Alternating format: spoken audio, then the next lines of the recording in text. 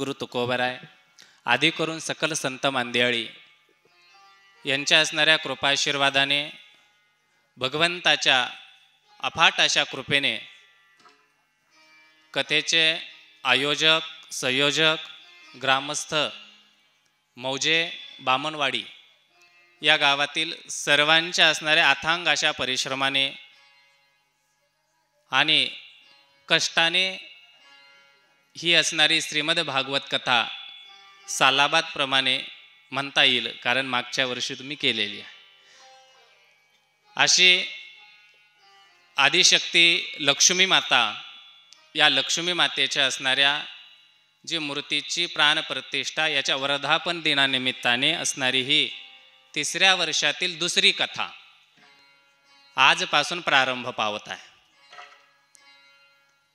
श्रीमद भागवत कथा ही तुम्ही गेल्या वर्षी श्रवण केलेली आहे, त्यामुळे तुम्ही श्रवण करणारे जे श्रोते आहात ते चाणाक्ष आहात, हे का नाही? म्हणून हुशारीने मंडपाच्या बाहेरच बसले, आहे का नाही? बाबाला किती येतंय ते अगोदर अंदाज घेऊ, जमलं तर पुढं सरकू, नाही तर मागच्या मागं. हुशार आहेत बघ श्रोते, तसं काही नाही. श्रीमद भागवत कथा श्रवण करण्याच्या प्रारंभी काही गोष्टी आहेत, त्याचा आम्ही प्रत्येक कथेमध्ये उल्लेख करत राहतो. काय असतं? श्रीमद भागवत कथा जी आहे, श्रीमद भागवत कथा करणं एवढं सहजासहजी सोपं नसतं. त्याचा परमार्थिक भाग बाजूला ठेवला आणि आर्थिक भाग जरी घेतला तरी त्याच्यासाठी अतिशय कष्ट असतं आणि आर्थिक खर्च असतो. श्रीमद भागवत कथा करण्यासाठी म्हणजे खर्चही होतो आणि कष्टही लागतात, वेळही लागतो. हे सगळ्या गोष्टी श्रीमद भागवत कथेसाठी आवश्यक आहे. म्हणून श्रीमद भागवत कथा ही करत असताना प्रामुख्याने 3 गोष्टींचा विचार आहे की श्रीमद भागवत कथा ही का करावी, का करावी, श्रीमद भागवत कथा का करावी, हा पहिला मुद्दा. दुसरी गोष्ट, श्रीमद भागवत कथा ही का ऐकावी, आणि तिसरा मुद्दा, श्रीमद भागवत कथा म्हणजे काय. या 3 गोष्टीचा उल्लेख झाला तर आपल्याला कसं कथेमध्ये बरं वाटतं. तर पहा, सुरुवातीला मी सांगेल श्रीमद भागवत कथा ही का करावी, काय कारण आहे श्रीमद भागवत कथा करण्याचं. तर श्रीमद भागवत कथा करणं म्हणजे जीवनाचं सार आहे. तुम्ही म्हणाल काय सार आहे? तर श्रीमद भागवत कथेचं नुसतं आयोजन केलं तर पुण्य प्राप्त होतं. श्रीमद कथेचं नुसतं आयोजन केलं, कोणीतरी ग्रामामध्ये कोणीतरी त्याच्यात निमित्त झालं, कोणीतरी म्हणलं करा कथा, म्हणून पुढे झालं, झटलं, थोडंसं कष्ट घेतले आणि सगळ्यांना पुढे करून कथा केली तर पुण्य प्राप्त होतं. सर्वांनी मिळून कथा केली आणि फक्त काही जणांनी काही केलं नाही, पण कथा सुरुवात झाल्यापासून तर 7 दिवस फक्त श्रवण केली, म्हणजे आयोजन करणाऱ्याला पुण्य प्राप्त होतं आणि निस्ती कथा श्रवण जरी केली येऊन तरी पाप नष्ट होतं. काय होतं? कथेच्या आयोजनाने पुण्य प्राप्त होतं आणि कथेच्या श्रवणाने पाप नष्ट होतं.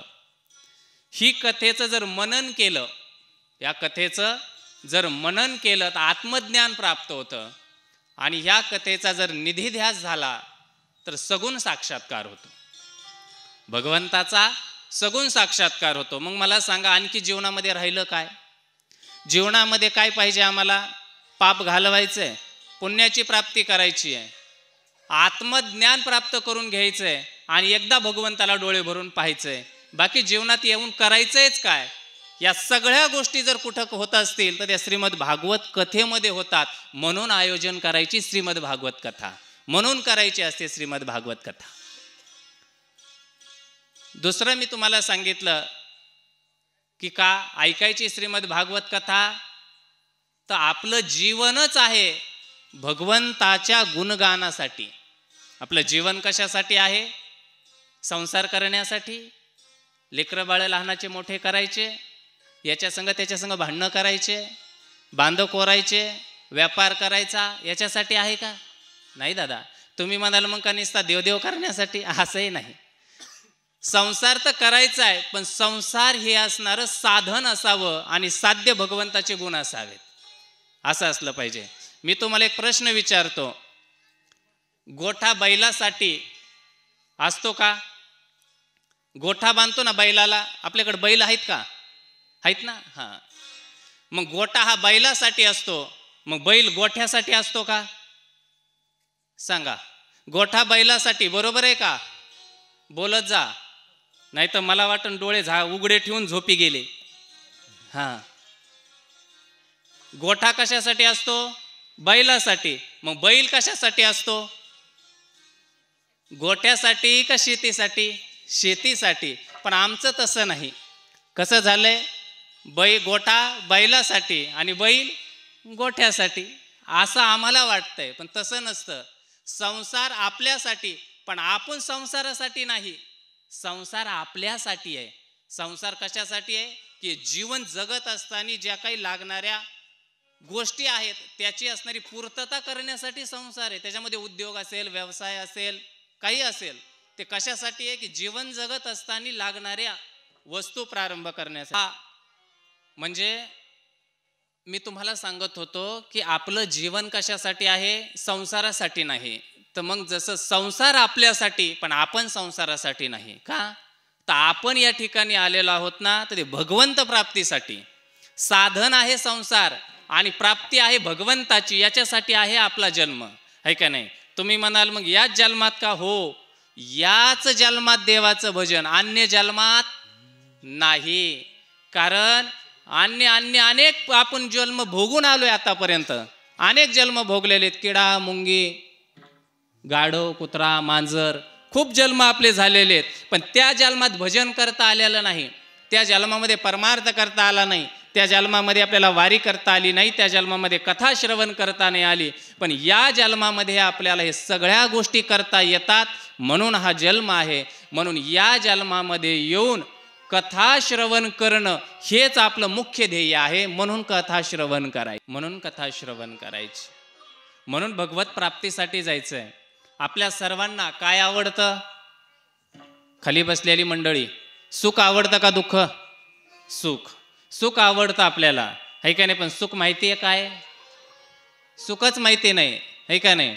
आता तुम्हाला थोडक्यामध्ये विचारतो, सुख कशामध्ये मानतो? घरामध्ये. सुख कशामध्ये? बंगल्यात. सुख गाडीमध्ये. सुख इस्टेटीमध्ये, शेतीमध्ये, कपड्याला, त्यात आहे का नाही सुख? आहे का नाही? वा, छान. म्हणजे याच्यामध्ये सगळं सुख आहे, है का नाही?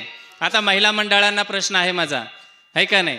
साडीमध्ये सुख आहे, है का नाही? आम्ही येवल्याला कथा केली, ते म्हणले एवढे दुकानं, त्यांना विचारलं महाराज साडी केवढ्याला? ते म्हणले महाराज लाखाच्या पुढे साडी घ्यावं लागते या दुकानात गेल्यावर. मला बघायलाच नका जायला, लाख रुपयाला साडी कशाला घ्यायची?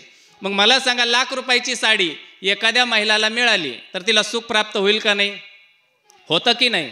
म्हणजे सुख मिळालं, कथा ऐकायची गरज नाही, साडी सुख मिळतंय, है का नाही? एक साडी आपण आणली लाख रुपयाची, आपल्याला सुख प्राप्त झालं की नाही? त्या महिलेला जिला साडी प्राप्त झाली, तिने ती साडी घेतली, गावभर तिला आनंद झाला. ती गावभर सांगत होती की माझ्या नवऱ्याने मला 1 लाखाची पैठणी घेतली, मला 1 लाखाची पैठणी घेतली. किती आनंद होता तिच्या अंतःकरणामध्ये, किती सुख होतं. पण हे तिच्या शेजारणीला देखवलं नाही, तिने 1.5 लाखाची आणली. तिने केवढ्याची आणली? 1.5 लाखाचीच पैठणी आणली. मग मला सांगा, जिची 1 लाखाची होती तिला सुख होतं का तिच्यापाशी? कुठं गेलं तिचं सुख? तिची पैठणी हिसकावून घेतली नाही, मग तिला सुख तर प्राप्त झालं, मग तिचं सुख कुठं गेलं?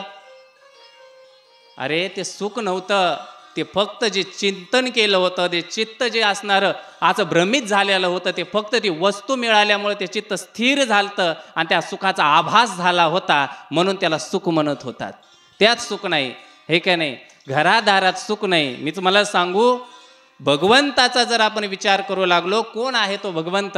तर सच्चित आणि आनंद, त्याच्यामधला जो आनंद आहे तोच तर भगवंत आहे. आणि त्या आनंदाला सुख म्हणतात, है का नाही? मग तो आनंद, ते सुख म्हणजे ते आनंद आहे, आणि ते आनंद म्हणजे माझ्या भगवंताचं रूप आहे. मग तो माझा भगवान आहे, आनंद स्वरूप. मग जर तुम्हाला खरं सुख पाहिजे असेल तर भगवंताची प्राप्ती करून घेणं म्हणजे सुखरूप होणं आहे. तर माझा भगवान हा सुख स्वरूप आहे. भगवंताची प्राप्ती करून घ्या, सुख तुमच्याच पदरामध्ये आहे, हे का नाही? मग काय करायचंय? भगवान आम्हाला भेटावा. कुणाला वाटत नाही देव भेटावा? प्रत्येकाला वाटतं की देव मला भेटावा, पण देव भेटण्याची पात्रता तयार होत नाही. ही शोकांतिका आहे. कोणाला वाटत नाही देव भेटावा? चोराला सुद्धा वाटतो देव भेटावा, नास्तिकाला सुद्धा वाटतो देव भेटावा, पण पात्रता पाहिजे ना देव भेटण्याची. काय आहे पात्रता देव भेटण्याची? तर सोपं सांगतो तुम्हाला. तुम्ही या ठिकाणी बसलात ना, कथेला आलात, सर्वजण या ठिकाणी येऊन बसलात. बसत असताना आपण कोठे बसावा याचा विचार केला ना? बसत असताना थोडं इथे आलात आणि आल्याच्या नंतर कुणी कुठं असं बसलात का? बसलात का? नाही. आपण बसत असताना चटईच्या खालून एखादा खडा रुततो का याचा आधी विचार केला की नाही? है का नाही? स्वच्छ कुटशिक आहे त्याचा विचार केला. महाराज कुठून स्पष्ट दिसन आणि आपल्याला थोडंसं डुकला लागला तर कसं संपादून बी जाईल याचाही विचार केला. म्हणजे सगळ्या गोष्टीचा परिपूर्ण विचार करून आपण बसलो, है का नाही? बरं, जर याच ठिकाणी या चटया नसत्या, या नसत्या चटया, इथे जर उकारडा वगैरे असता, गाणगुण पडलेली असती आणि महाराजांचं व्यासपीठ तेवढं स्वच्छ करून ठेवलं असतं, तुम्हाला बसा म्हणलं असतं, तुम्ही बसला असतात का? बसला असतात का? नाही ना. का? आम्हाला बसायला आसन कसं पाहिजे? स्वच्छ आसन पाहिजे. मग मला सांगा, पंचमहाभूताचा हा कुचका, मरणारा, पडून जाणारा एवढा खराब देह आपला असताना, आपण बसत असताना लाख वेळस विचार करतो की स्वच्छ आसनावर बसावं. अरे ब्रह्मांडाचा मालक आहे तो, भगवान परमात्मा आहे. तुमच्या हृदयात बसत असताना आसन कसं बघेल? कसं बघेल? घाण. संसाराचा उखांडा असल्यावर हृदयामध्ये बसन त्या उखांड्यावर? विषयाचा चिखल असला तर त्याच्यात येऊन बसेल का? नाही ना. अरे अंतःकरण स्वच्छ करा, संसाराचा उकिरडा बाजूला सारा, विषयाचा चिखल बाजूला काढा आणि ते असणारं हृदय एवढं स्वच्छ करा, एवढं स्वच्छ करा की भगवंताने धाव घेऊन त्या हृदयात बसला पाहिजे. आणि बळ जरी म्हणलं ना बाहेर निघ, तर त्यांनी म्हणा नको, असं घर पुन्हा भेटणार नाही, म्हणून ठाम धरून बसला पाहिजे. असं अंतःकरण स्वच्छ करा, देव पाठीशी लागेल. महाराज आमच्या साधू संतांनी सांगितलं. पाठीमागं ऐकायला येते ना सर्वांनाच व्यवस्थित, है ना? म्हणून चित्त आधी स्वच्छ करा, चित्त निर्मळ करा, मग गोपाळ असणारा हृदयात येऊन वास करेल. मग तुम्ही म्हणाल महाराज चित्त आम्ही निर्मळ करायला तयार आहेत, पण कोणत्या वॉशिंग मशीनमध्ये जावा सांगा? आता ते 7 दिवसाचं वॉशिंग मशीन इथंच लावलंय बरं का. आता त्या 7 दिवसामध्ये ज्याला ज्याला असं वाटतं की आमचं चित्त स्वच्छ व्हावं, त्यांनी 7 दिवस असणारी कथा वेळेवर येऊन श्रवण करायची, न झोपता. कथा सुरू होण्याच्या अगोदर 10 मिनिटं मंडपामध्ये यायचंय आणि कथेची आरती होऊन आम्ही स्टेजवरून उतरण्याच्या आधी कोणी उठायचं नाही, तर ती कथा श्रवण केली. नाही तर आतगोर आमचे सगळे कलाकार मंडळी येतात, सर्वजण येतंय, चालू होत आहे, सगळं होत आहे. मग तुम्ही वाट बघता बाबा कधी येतो, मग कधी बसतो, कधी बोलवतो, मग आम्ही जातात. मग त्याला काय अर्थ आहे? है की नाही? तसं नाही, शॉर्टकट परमार्थ नाही करायचं, है की नाही? वेळेवर आलं पाहिजे, मग चित्त स्वच्छ होईल. तुम्ही म्हणाल चित्त स्वच्छ कसं होईल? तर आपल्याला स्वच्छ करणारी असते गंगा. या गंगेचे शास्त्रात 2 प्रकार पडतात, एक ज्ञानगंगा आणि एक असणारी वाहणारी गंगा. जी भगवान शंकराच्या जटेतून निघाली तिला म्हणतात वाहती गंगा, आणि जी भगवान शंकराच्या किंवा व्यासांच्या मुखातून निघाली तिला म्हणतात ज्ञानगंगा. मग आज आपल्या या मौजे बामणवाडी या ग्रामामध्ये ज्ञानगंगा वाहत आली आहे. आयोजकांनी अतिशय कष्ट करून आपल्या गावामध्ये ही गंगा आणलेली आहे. गंगा दारात आली आहे, पण आता आळस स्नानाचा करू नका. गंगा दारात वाहतीये, मग आता स्नान करून घ्या, घरातच बसू नका. नाही तर काय म्हणतात, आळशावर गंगा आली, दारात आली, आता घरात कशी येईल? बाहेर जावं लागेल ना. म्हणून स्नान करा आणि आपलं अंतःकरण स्वच्छ करून घ्या. तुम्ही म्हणाल कसं होईल? ही श्रीमद भागवत कथा 4 प्रकाराने पाहिली जाते. पहिला प्रकार आहे घटनात्मक भागवत, दुसरा आहे गीतात्मक भागवत, तिसरा आहे उपदेशात्मक भागवत आणि चौथा आहे स्तुत्यात्मक भागवत. या 4 प्रकारामध्ये आपलं चित्त स्वच्छ होतं महाराज. का? या भागवत कथेमध्ये अनेक घटना पाहायला मिळणार आहेत आपल्याला, ज्या की घटना आपल्या जीवनाशी लावून घ्यायच्यात आपल्याला. कथा श्रवण करणं म्हणजे नुसत्या गोष्टी ऐकणं नाही. कथा श्रवण करणं म्हणजे जशी आपल्याला एखादी आजी घरात बसून गोष्टी सांगते राजा राणीच्या, तसं नाही. ही कथा आपल्या जीवनाशी संलग्नित करावी लागत असते. त्या कथेमधले असणारे जे कोणी असतील त्यांच्या जीवनातलं सुख आपल्या सुखाशी मॅच करून बघा, कोणाचं सुख जास्त आहे. त्यांच्या जीवनामध्ये येणारं दुःख आपल्या जीवनातल्या दुःखाशी येऊन मॅच करून बघा, कोणाचं दुःख जास्त आहे. त्यांची भक्ती कोणत्या टोकाची आहे, आमची भक्ती कोणत्या टोकाची, जरा मॅच करा आणि मग विचार करा की आम्ही कुठं आहोत आणि ते कुठे आहेत. जर आपण मागं असलो तर मग प्रयत्न करावा लागेल त्यांच्यापर्यंत जाण्याचा. त्यांचा उपदेश प्रामुख्याने गोड आहे. नारदांचा उपदेश आहे हे स्तुत्यात्मक भागवत आहे. या स्तुत्यात्मक भागवतामध्ये भगवंताची स्तुती कशी करावी हे शिकता येतं. देवाची स्तुती करायला सगळ्याला आवडतं, पण कशी करावी हे भागवतातून शिकायचं आहे.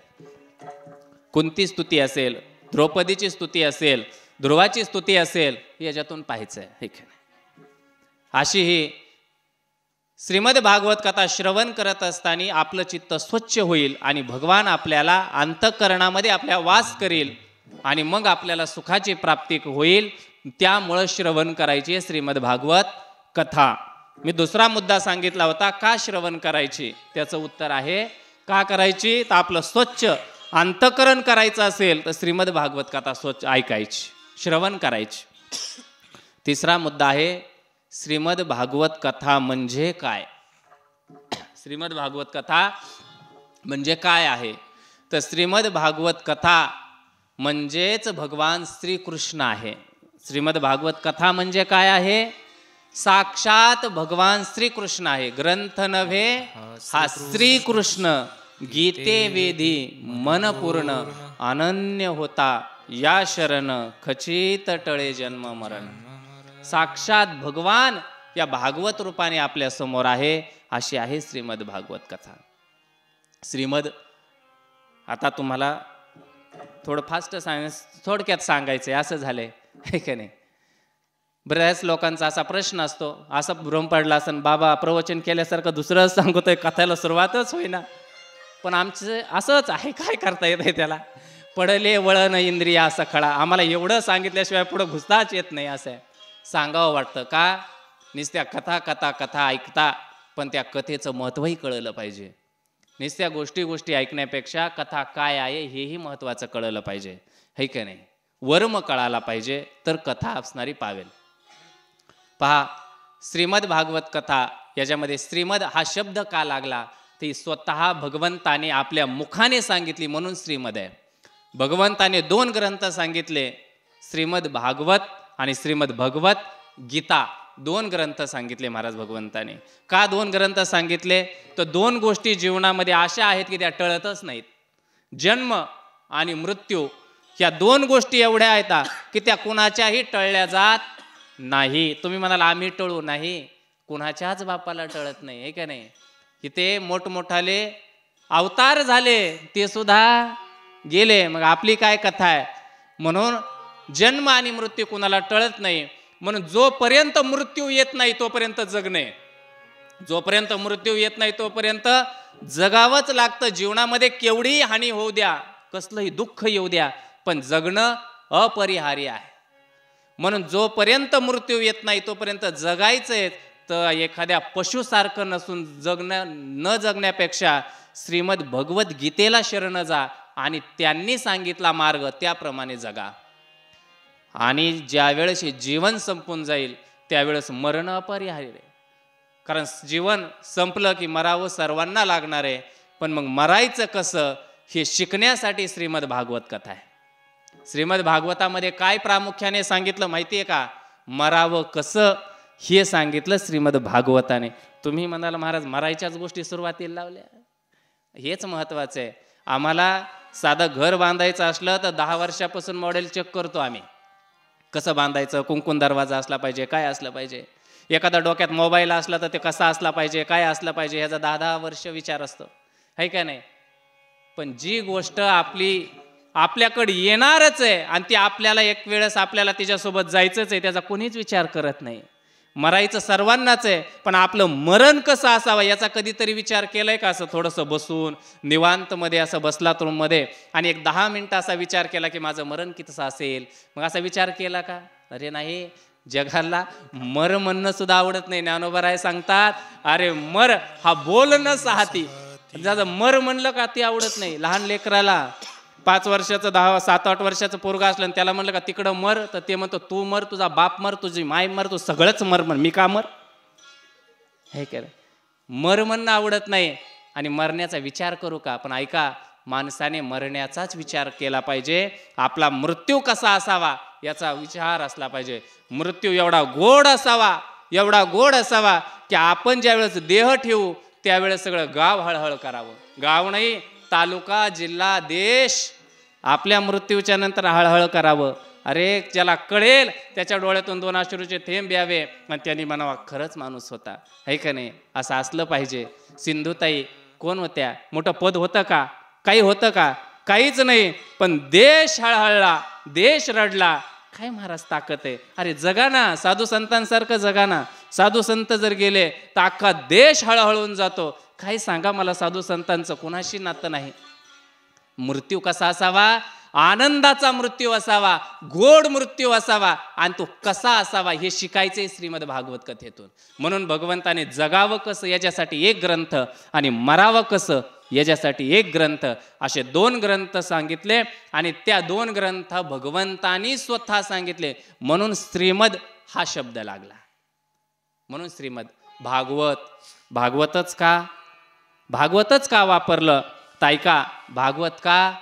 तर भागवत हे महापुराण आहे. काय आहे? महापुराण आहे. तुम्ही म्हणाल मग पुराण कसं? पुराणाचे 5 लक्षण असतात, महापुराणाचे 10 लक्षण असतात. सर्ग, विसर्ग, मन्वंतर, उती, लीला असे वगैरे 10 लक्षण आहेत. ते आपण पुढे पाहणार आहोत. पहा, भागवत का? तर भा शब्दाचा अर्थ होतो भाती सर्वेषु लोकेषु. भागवत सर्वांना आवडतं, लहानाला, मोठ्याला, तरुणांना, वृद्धांना, म्हाताऱ्या माणसांना, साधूला, संताला, योग्याला, सर्वांना आवडतं भागवत. म्हणून भा. ग कशासाठी? गीयते नारदादिती. याचं गायन कोणी केलं? नारदासारख्या उच्च कोटी संतांनी सुद्धा याचं गायन केलं. म्हणून ग. व कशासाठी? वर्तते सर्व शास्त्रेषु. या भागवतामध्ये सगळ्या शास्त्र वर्तन करतात, वास करतात. म्हणून व.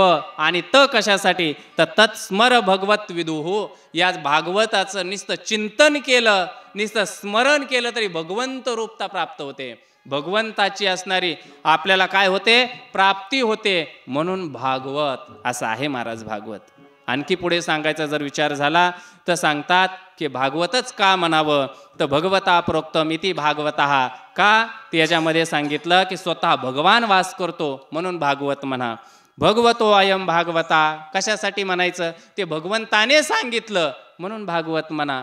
आणखी काही कारण आहेत का? सांगितलं आणखी कारण आहेत. भागवतो अयम भागवतः. या भागवतामध्ये अनेक भागवतांची असणारी काय आहेत? कथा आहेत. भागवत कुणाला म्हणतात? जी भगवंताची भक्त आहेत त्यांना भागवत म्हणतात. भगवंताच्या भक्ताला भागवत म्हणतात. तुकोबाराय सांगतात ना, ऐका जी तुम्ही भक्त भागवत ग्रंथामध्ये आहेत म्हणून भागवत असं म्हणा. असं असणारे याचे काही प्रामुख्याने आपल्याला थोडक्यामध्ये काही मुद्दे पाहता येतात. याचा विस्तार करायचा झालं तर खूप विस्तार होतो. पण काय होतं, माणसांना खरं पचत नाही. असं होतं, कडू औषध नको आहे, गोड पाहिजे, हे का नाही? म्हणून थोडक्यामध्ये तुम्हाला भागवताची पूर्वपीठिका सांगितली आणि आपण आता भागवत या ग्रंथामध्ये प्रवेश करत आहोत. काय आहे श्रीमद भागवत? तर हा भागवत, श्रीमद भागवत हा महापुराण आहे. याच्यामध्ये असणारे 335 अध्याय आहेत, 18 स्कंद आहेत, 12 स्कंद आहेत आणि 335 अध्याय आहेत आणि 18,000 श्लोकाची ही संहिता आहे. ही कोणी लिहिली? सांगितलं ही व्यासांच्या मुखातून असणारी आलेली आहे. हिचं लिखाण गणपती बाप्पांनी केलेलं आहे. व्यासांनी लिहिली, शुकाचार्यांना शिकवली आणि तीच कथा शुकाचार्यांनी राजा परीक्षितीला सांगितली. या कथेच्या माध्यमातून राजा परीक्षितीचा उद्धार झाला.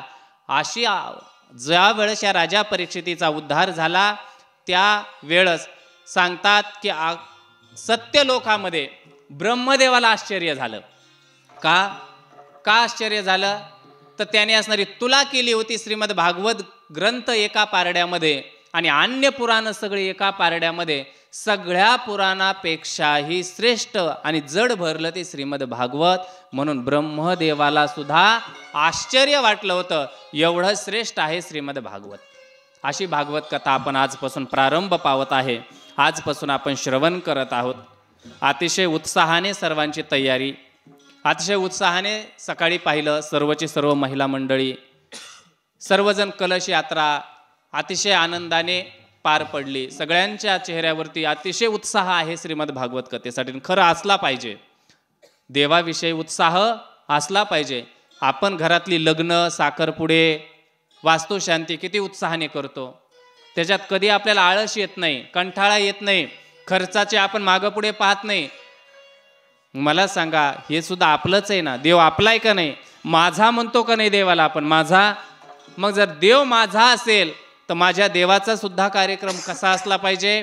थाटात असला पाहिजे, मोठ्या असणाऱ्या थाटात असला पाहिजे, थाट केला पाहिजे. आणि सांगू, श्याम सुंदराला काय आवडत असेल तर त्याचा केलेला थाट आवडतो. माहितीये, त्याचा जेवढा तुम्ही थाट कराल तो तेवढा तुमचा थाट करील. कारण ते उसनं ठेवणारा बाबा नाही. आमचं असं आहे, आमच्या कान्हाचं काम असं आहे, ते तुमचं 2 हाताने घेतो पण तुम्हाला 1000 हाताने माघारी करतो. तुम्हाला कथा पाहायला मिळतील. एक दाना तुम्ही त्याच्यासाठी दिला ना, ते पोतं देईल. ते उसनं ठेवणारच नाही. आपल्यासारखं नाही ते, येऊ द्या येऊ द्या. आपलं द्यायचं म्हणल्यावर नाही, मग इकडच्या रस्त्याने जा, असलं नाही. तो देणार, ते 1000 हाताने वापस करील तुम्हाला. पण त्याचा करताय ना थाट, अतिशय आनंद आहे. पहा, कथेमध्ये प्रवेश करण्यापूर्वी काय असतं, मी सांगितलं कथा मोठी आहे, खूप मोठी असणारी कथा आहे, खूप मोठा हिचा असणारा प्रभाव आहे, अतिशय उच्च कोटीची कथा आहे. पण जे मोठे असतात ना, ते स्वतःचं महात्म्य स्वतःच्या तोंडाने सांगत, आणि जे स्वतःच्या तोंडाने स्वतःचं महत्व सांगतात ते मोठे नसतात. मी मोठा, मी मोठा. रे चोर बी म्हणतो मी मोठा, हा डाकू सुद्धा म्हणतो मी मोठा. मग त्याचं काय मोठं? मी मोठा की मी नाही म्हणावं, संतांनी म्हणावं हा मोठा, अरे देवानी म्हणावा हा मोठा, हे का नाही? दुसऱ्यांनी आपलं वर्णन करणं म्हणजे मोठा. म्हणून श्रीमद भागवत कथा खूप मोठी आहे. पण भागवत कथेचा महिमा स्वतः श्रीमद भागवताने नाही सांगितला, तर पद्मपुराणाने सांगितला. भागवत कथेच्या प्रारंभी पद्मपुराणाने आपल्याला 6 अध्यायामध्ये श्रीमद भागवताचा महिमा सांगितलेला आहे. आपल्याला तो महिमा आज पाहायचा आहे आणि उद्यापासून ग्रंथामध्ये प्रवेश होणार आहे आपला, है का नाही? बसायची कॅपॅसिटी ठेवा. माता मावल्यानं डुकल्या घेऊ नका. तुम्ही डुकली घ्याल तर मी झोपन, मला तर लोड आहे टेकायला, हा, हे का नाही? पहा, महिमेच्या सुरुवातीला नमन करतात. सच्चिदानंद रूपाय विश्वोत्पत्त्यादिहेतवे तापत्रय विनाशाय श्रीकृष्णाय वयं नमः. भगवंताला नमन आहे. भागवत कथा पाहिजे ना, सोयरीक जुळवायला गेल्याच्या नंतर आधी 3 गोष्टी प्रामुख्याने पाहिल्या जातात. नवरदेव कसा आहे, महत्वाचा. दुसरा, नवरदेव करतो काय, नवरदेवाचा स्वभाव कसा आहे, है का नाही? उगाच तामीस असला, दिसन त्याला शिव्या देत असला तर आपण पोरगी देऊ काय? नाही ना. घरी बसून नुसत्या भाकरी खाता असला तर पोरगी देऊ काय? नाही. आणि नवरदेवाचं रूपच माहिती नाही कसा आहे तर पोरगी देऊ का? नाही. मग ज्या भगवंतासाठी 7 दिवस द्यायचे, त्या भगवंत कसा आहे हे तर कळलं पाहिजे, त्याचा स्वभाव कसा आहे हे कळलं पाहिजे, आणि तो करतो काय हेही कळलं पाहिजे. हे या नमनातून सांगितलं.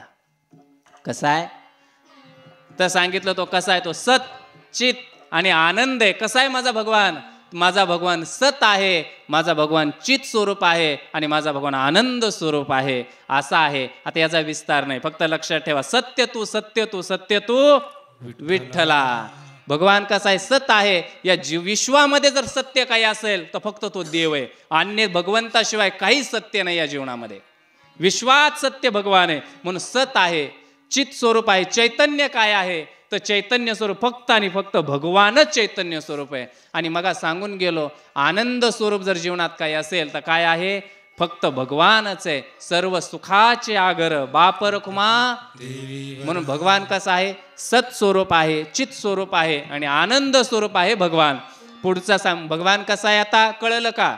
भगवान कसा आहे? सत स्वरूप, चित स्वरूप आणि आनंद स्वरूप असा आहे भगवान. त्याचा स्वभाव कसा आहे? तापत्रय विनाशाय. त्याचा स्वभाव कसा आहे? 3 तापाचा नाश करणं हा त्याचा स्वभाव आहे. 3 ताप आहेत आपल्याकडे, आध्यात्मिक, आधिदैविक, आधिभौतिक. या 3 तापामुळे सगळं जीवनात दुःख आहे बरं का. म्हणून ह्या 3ही तापाचा नाश करणं हा त्याचा स्वभाव आहे. इथपर्यंत कळलं. देव करतो काय? तर सांगितलं हा देव काय करतो? तर विश्वोत्पत्त्यादी हेतवे. देव काय करतो? विश्वाची उत्पत्ती करणं हाच त्याचा मुख्य हेतू आहे. म्हणून तो असणारा काय करतो? तो विश्वाची उत्पत्ती करतो. असा भगवंताचा असणारी ओळख सांगितली आपल्याला. मग अशा भगवंताकडं आपण काय करायचंय? नमस्कार करायचा आहे.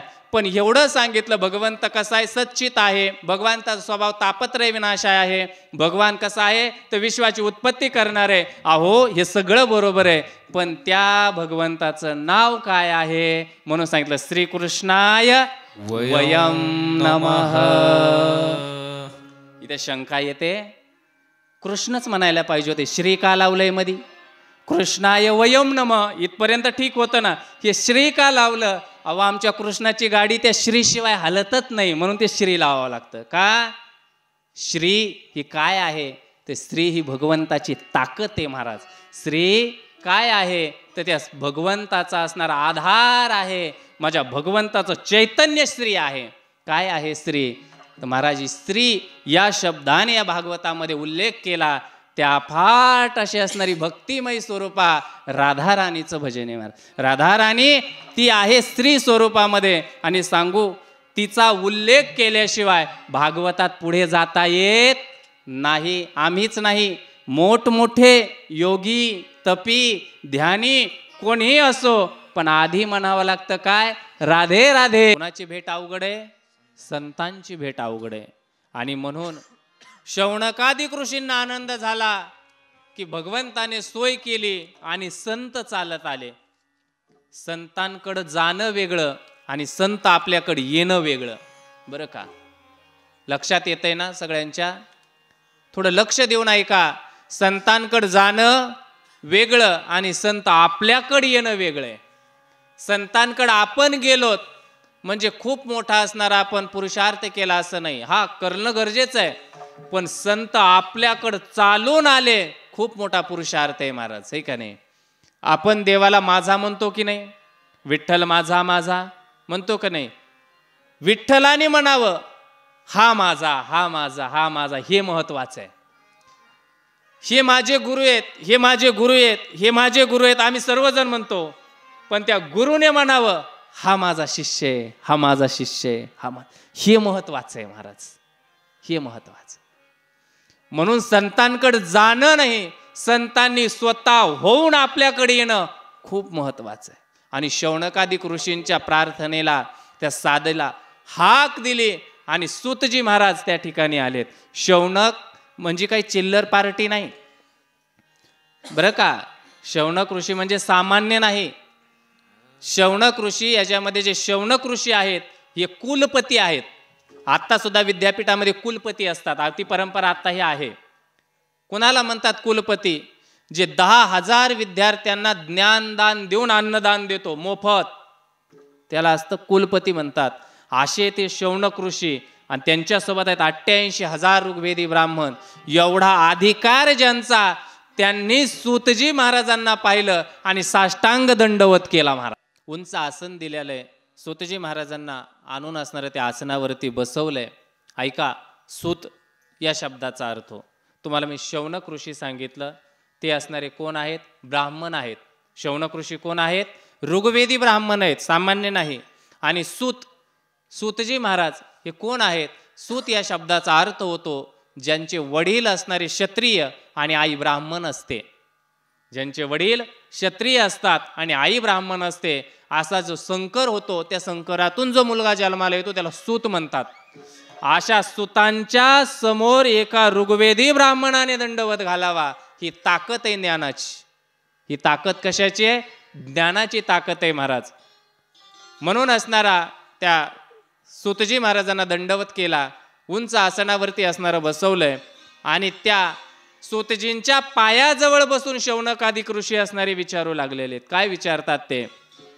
तर ते सांगू लागले, अज्ञान ध्वांत विध्वंस कोटी सूर्य समप्रभ सुत क्या ही कथासार मम कर्ण रसायनम माया मोह निराशस्य वैष्णवे क्रियते कथम.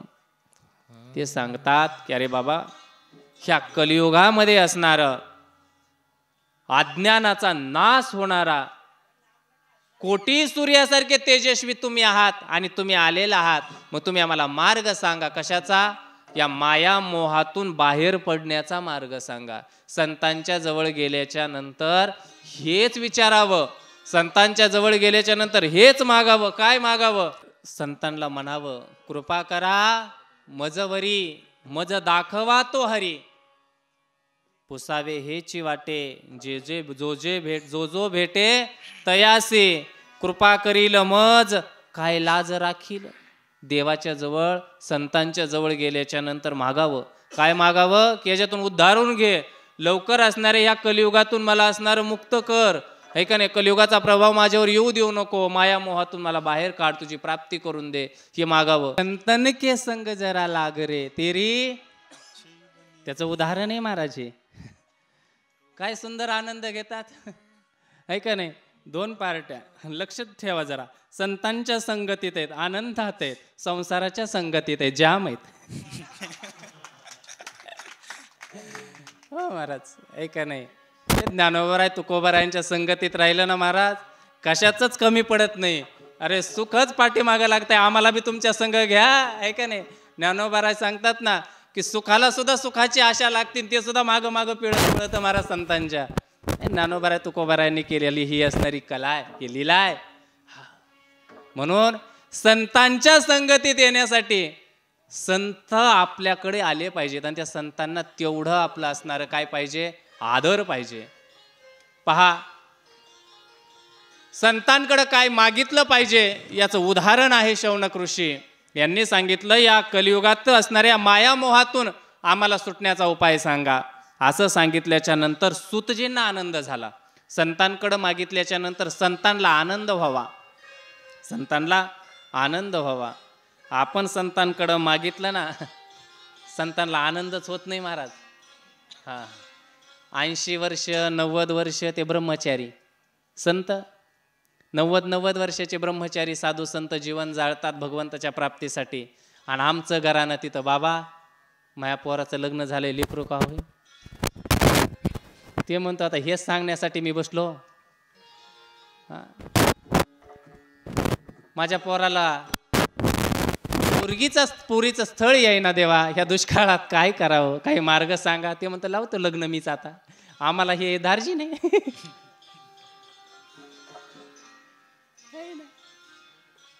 असं आहे का? साधू संतांकडे गेल्यावर हे मागावं, हे विचारावं, याच्याने आनंद होईल साधू संतांना? कधीच होणार नाही, कधीच. संतांना जर आनंद द्यायचा असेल तर हेच विचारा. भगवत प्राप्तीसाठी साधन विचारा, मग आनंद होत असतो. सूतजी महाराजांना आनंद झाला. अरे काय प्रश्न विचारला. तुमचा प्रश्न हा तुमच्या पुरता नाही, तर जगाच्या कल्याणासाठी आहे. जगाच्या कल्याणासाठी तुमच्या मुखातून निघलेले उद्गार आहेत. जगाच्या कल्याणासाठी असणारा हा तुमचा काय आहे? प्रश्न आहे. मी तुम्हाला सांगेल की या माया मोहातून कसं निरसून जायचं. काय साधन आहे तर सांगितलं, कृष्ण प्राप्ती करम शाश्वत साधनम. काय आहे? या माया मोहातून जायचं असेल तर भगवान कृष्णाची प्राप्ती करून घेणं हेच शाश्वत साधन आहे. या कलियुगामध्ये भगवंताच्या लीला श्रवण करा, भगवान प्राप्त होईल. आणि काय बाकी राहिलं? कोण आहे हा कृष्ण? सांगितलं श्रीमद भागवत कथा ऐकावं लागेल 7 दिवस, मग कळेल कोण आहे कृष्ण. महाराज श्रीमद भागवत कथा ऐकावी लागेल, दुसरं का ऐकायचं नाही. सांगितलं श्रीमद भागवत कथा एवढी सामान्य नाही, ती ऐकण्यासाठी लय मोठं भाग्य लागत आहे. कथा श्रवण करायला सुद्धा भाग्य लागतं. ते म्हणले कसं काय? म्हणले ही श्रीमद भागवत कथा सत्य लोकातील देवांना सुद्धा प्राप्त होत नाही, ही फक्त इथेच प्राप्त होते, तिथं मिळत नाही. आणि इथे सुद्धा भाग्यवानालाच प्राप्त होते, दुसऱ्यांना नाही. भाग्य लागतं महाराज याच्यासाठी लय मोठं. तुम्ही म्हणाला कसं? हे मी सांगत नाही, सूतजी महाराज शौनकादिक ऋषींना सांगतात की ऐक, आम्ही माझ्या गुरुजींसोबत होतो. माझे गुरु कोण? शुकाचार्य महाराज. त्यांच्यासोबत असताना एक वेळेस राजा परीक्षितीला श्राप प्राप्त झाला होता आणि राजा परीक्षितीला कथा सांगण्यासाठी माझे गुरु गेलेले होते आणि त्या ठिकाणी मी बसून कथा श्रवण करण्यासाठी आम्ही बसलेलो होतो. राजाच्या पुण्याईमुळे माझे गुरु असणारे त्या ठिकाणी आसनस्थ झाले होते आणि कथा सांगण्याला प्रारंभ होणार होता. कथेच्या अगोदर असणारा भगवंताचा जयघोष होत होता. राधे राधे राधे राधे असा आवाज होत होता आणि त्याचा घोष सत्य लोकापर्यंत गेला होता.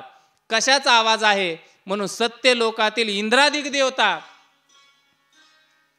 त्या खाली आल्या आणि त्यांनी पाहिलं की राजा परीक्षितीला शुकाचार्य महाराज श्रीमद भागवत कथा सांगतायत. मग त्यांनी बी महाराज खुर्च्या घेतल्या, हे का नाही? खुर्च्या घेऊन ते बी बसले. राजकारणी लोक खुर्चीशिवाय बसत नाहीत. हे राजकारणीच आहेत ना महाराज. हे इंद्र म्हणजे काय सामान्य लोक माणूस आहे का? इंद्र हा सामान्य नाही. त्याच्या लीला तुम्ही नुसत्या ग्रंथात बघा.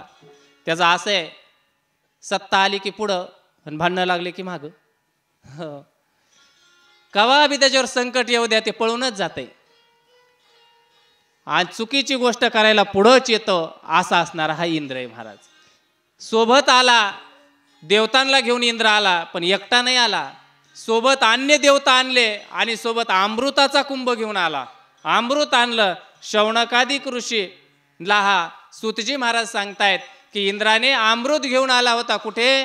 राजा परीक्षितीच्या आणि शुकाचार्यांच्या संवादामध्ये. आणि त्यांनी सांगितलं, महाराज तुम्ही असणारा राजा परीक्षितीला कथा का सांगताय? सांगितलं, राजा परीक्षिती हा 7 दिवसांनी मरणार आहे म्हणून त्याला कथा सांगतोय. मग सांगितलं हे अमृत त्याला पाजा, तो अमर होईल, कथा कशाला सांगता? आणि म्हणले हे अमृत तुम्ही द्यायला लागलात पण फुकट देणाऱ्यातले तुम्ही नाही. तुम्ही अमृत द्यायला लागले, एवढे उदार कसे काय झाले? सांगितलं आम्ही फुकट द्यायला लागलो नाही, हे अमृत तुम्ही घ्या आणि अमृताच्या बदल्यामध्ये श्रीमद भागवत कथा आम्हाला सांगा, कथा आम्हाला सांगा. हो, शुकाचार्य महाराजांनी विचार केला आणि शुकाचार्य महाराज राजा परीक्षितीकडे पाहत होते आणि राजा परीक्षितीला सांगितलं, व्यवहार तुझ्यात होतोय, मी मध्ये बोलत नाही. बघ तुला अमृत पाहिजे की भागवत अमृत पाहिजे? कोणचं पाहिजे? पारलौकिक अमृत पाहिजे की भागवत अमृत पाहिजे? राजा परीक्षिती आपल्यासारखा लालची नव्हता, हुशार होता. राजा परीक्षितीने विचार केला, ज्या अर्थी इंद्रादिक देवता एवढं महत्वाचं अमृत घेऊन जर भागवत घेण्याचा प्रयत्न करत असतील तर भागवत अमृत या अमृतापेक्षा लाख पटीने योग्य आहे. म्हणून सांगितलं तुमचं अमृत नको, मला हे श्रीमद भागवत रूपी अमृत द्या. शुकाचार्य महाराज असणारे त्या इंद्रादिकांना म्हणले तुमचं हे उचला म्हणले इथून. ते देत नाही. सांगितलं महाराज तुम्ही द्या, काय कमी आहे आमच्यामध्ये? सांगितलं रे कुठं काचाचा तुकडा आणि कुठे हिरा, कुठं याची बरोबरी होईल का? नाही होणार. तसं हे भागवत अमृत आणि हे पारलौकिक अमृत याच्यात बरोबरी होणार नाही. तुम्ही म्हणाल कशी काय महाराज बरोबरी होणार नाही? अमृताने तर अमर होता येतं आणि तुम्ही म्हणता अमृत नग आणि श्रीमद भागवत कथाच ऐकावी, असं कसं काय? अरे जीवन जगण्यापेक्षा अनंत अनंत जीवन जगतो, 80-80, 90-90, 100-100 वर्षपर्यंत जीवन जगण्यापेक्षा 20च वर्ष जीवन जगावं पण त्या जीवनात क्रांती करावी, ही अमरपण आहे. पाहिजे अमर नाही झालं पाहिजे. काय झालं पाहिजे? अभय झालं पाहिजे, अभयता प्राप्त झाली पाहिजे. माझे ज्ञानोबा राय 21च वर्ष, किती वर्ष? 21च वर्ष. जाऊन किती वर्ष झाले? 726. तरी बी लहान लहान मुलांच्या नाही, प्रत्येकाच्या हृदयात ज्ञानोबा राय आहेत. आमच्या घरातली एखादी व्यक्ती गेली तर 3च वर्ष ध्यानात राहती. 3 पिढ्या नाही, 3च वर्ष. वर्षश्राद्ध थाटात होतं, दुसरी पुण्यतिथी जेमतेम, तिसरी पुण्यतिथी अशी तशी, नंतर ध्यानात बी नाही कोण गेला. काही ध्यानात राहिलं का? नाही. आपलं जीवन जगायचं कसं, किती जगलो याच्यापेक्षा कसं जगलो याला महत्व आहे.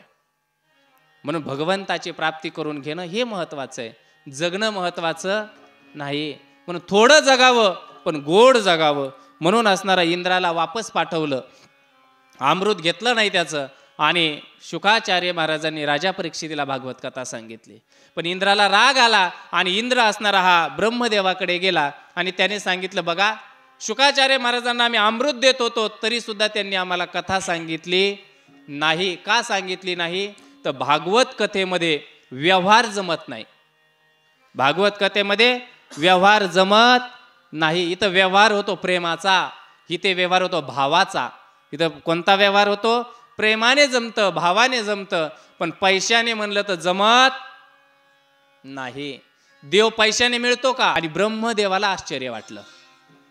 मी सांगून गेलो, ब्रह्मदेवाने तुला केली सत्यलोकामध्ये आणि त्याच्यामध्ये श्रीमद भागवत ग्रंथ हा श्रेष्ठ भरला. असं सूतजी महाराज शौनकादिक ऋषींना सांगतायत की बाबा एवढा श्रेष्ठ असणारा हा ग्रंथ आहे, याचे अधिकारी खूप मोठे आहेत, ही श्रवण करण्यासाठी खूप मोठं भाग्य लागतं आणि ती कथा मी तुम्हाला सांगतोय. म्हणून तुम्ही ती ऐका, तुम्हाला त्याच्यातून काय होईल? मार्ग मिळेल. सांगितलं ही कथा तुम्ही आम्हाला सांगता हे बरोबर आहे, पण ही कथा आम्हीच का ऐकावी? राजा परीक्षितीने ऐकली, आम्ही का ऐकावी? सांगितलं ही कथा तुम्हीच ऐकत नाहीत, ही कथेचे वक्ते लय मोठमोठाले आहेत, खूप मोठाले वक्ते आहेत. याचा वक्ता नारदासारखा सुद्धा आहे. भागवत कथेचा वक्ता असणारा श्रोता नारदासारखा आहे. भागवत कथा नारदाने सांगितलीही आणि भागवत कथा नारदाने ऐकलीही असे. भागवत कथा कुणाला सांगितली नारदाने? व्यासांना. आणि ऐकली कुणाकडून? तर सनकादिकांकडून ऐकली भागवत कथा नारदजींनी. म्हणजे नारदजींनी कथा ऐकली? म्हणले हो, ही कथा नारदजींनी ऐकलेली आहे. कवा ऐकली, कशी ऐकली, असे अनेक प्रश्न आले. म्हणून नारदजींनी कथा कुठे ऐकली त्याच्यासाठी असणारे सांगू लागले. पहा, सांगतात नारदजी पृथ्वी तटावरती आलेले आहेत आणि या पृथ्वीचं भ्रमण करण्याचं त्यांच्या डोक्यात आलं. आणि नारदजी असणारे महाराज फिरत फिरत फिरत फिरत त्यांना पवित्र असा देश दिसला, भारतभूमी दिसली. एवढी उज्ज्वल असणारी ही भूमी आहे भारतभूमी. या भूमीमध्ये महाराज अनेक देवतांनी जन्म घेतले, अनेक संतांनी जन्म घेतले. सगळ्या पृथ्वी तलावर देश भारतभूमी महाराज एवढा पवित्र देश आहे. सिंधुताईंचं वाक्य सांगतो, सिंधुताई म्हणत असायच्या, माझ्या देशाला आई म्हणतात. आई काय म्हणतात? माझ्या देशाला आई म्हणतात. अरे दुसऱ्या देशाला मावशी सुद्धा कोणी म्हणत नाही, हे का नाही? एवढं मोठं असणारी ताकद आहे या भारतभूमीमध्ये. म्हणून महाराज अशी ही भारतभूमी, या भारतभूमीमध्ये नारदजी आलेले आहेत, हे का नाही? नारदजी का आले? तर या भारतभूमीतच सगळे आले महाराज. या भारतभूमीतच आले, कोण्याच देशात नाही गेलेले आढळले. आजपर्यंत पुराणात कोण्याच देशामध्ये कोणचा साधू गेला असं आढळत नाही, पण या भारतभूमीमध्ये सगळे आले. कृष्ण, राम, है का नाही? वैभवात आपली कथा आहे, है का नाही? एवढा पर्व काळ आहे महाराज. रोहिदास महाराजांची पुण्यतिथी आहे. प्रभू रामचंद्राचा असणारा आता प्राणप्रतिष्ठेचा उत्सव चालू आहे. लवकरात लवकर प्रभू रामचंद्र असणारे त्यांच्या असणाऱ्या महलामध्ये स्थापित होणार आहेत. खूप दिवसाचा वनवास भोगलाय महाराज, है का नाही? खूप दिवसाचा वनवास होता. कुणाला आठवत नाही महाराज? प्रत्येकाला वाटत होतं राम मंदिर व्हावं. ज्याला कळतं बी नाही राम मंदिर म्हणजे काय, त्याला बी वाटायचं राम मंदिर व्हावं, है का नाही? प्रत्येक जण म्हणायचं बनाएंगे मंदिर. प्रत्येकाला वाटायचं, पण ते बनलं ना महाराज मंदिर, हे का नाही. आणि वेळही जवळ आलाय आता. अख्ख्या भारत भूमीमध्ये महाराज, भारतातल्या प्रत्येक जीवाला असं वाटतं कधी बसेल माझा देव, कधी बसेल माझं. प्रत्येकाला वाटतं कधी बसेल, आणि लवकरात बसणार आहे बरं. हा खूप मोठी जोमात तयारी आहे, खूप मोठी तयारी आहे. हा लल्ला असणारा या आपल्या भारत भूमीची शान ह्या राम मंदिरामध्ये बसणार आहे महाराज. अशी भारत भूमी आहे ना. आणि मग या भारत भूमीमध्ये महाराज असणारे नारदजी महाराज आलेले आहेत. नारदजी या भारत भूमीमध्ये आले आणि भारत भूमीला पाहू लागले महाराज. भारत भूमीला जेव्हा त्यांनी पाहिलं त्यावेळेस त्यांना भारत भूमी जुनी वेगळी वाटत होती ना आता वेगळी वाटत होती. का? आमचं पहिलं जी भारताची जी भूमी आहे ती तर अलौकिक होती, है का नाही. ती अलौकिक होती भारत भूमी. त्या भारत भूमीचं वर्णन करत असताना सांगतात की भारत भूमी कोण होती, तर सोन्याची चिडिया होती. अभिमान असला पाहिजे आपल्या भारताचा आपल्याला, है का नाही. असं सांगतात की 3 गोष्टी या जीवनामध्ये भारताला सजवतात आणि 3 गोष्टी या भारताला लाजवतात, ऐसे नाही. संत, सती और शूर. 3 देश को सजावत है संत, सती और शूर. 3 देश को लजावत है कपटी, कपटी क्रूर. एक अजूक आहे कोणतरी असं आहे. म्हणजे 3 गोष्टी, आज 3 जण असे आहेत की ते देशाची नाक खाली करतात. कोण? कपटी माणूस नसू नये, कायर नसू नये, हे की नाही. आणि 3 असे आहेत की ते भारताची शान आहेत. सती, या भारत भूमीची पतिव्रता नारी ही भारताची शान आहे. या भारताची असणारी संत ही भारताची शान आहे. आणि शूर, भारताचं रक्षण करणारा, या भूमीचं असणारं जीवावरती बेतून रक्षण करणारा या भारताची शान आहे महाराज. म्हणून अशी भारत भूमी आणि या भारत भूमीचं असणारं पर्यटन करण्यासाठी नारदजी आले. पण नारदजी मात्र आता हताश झाले. का?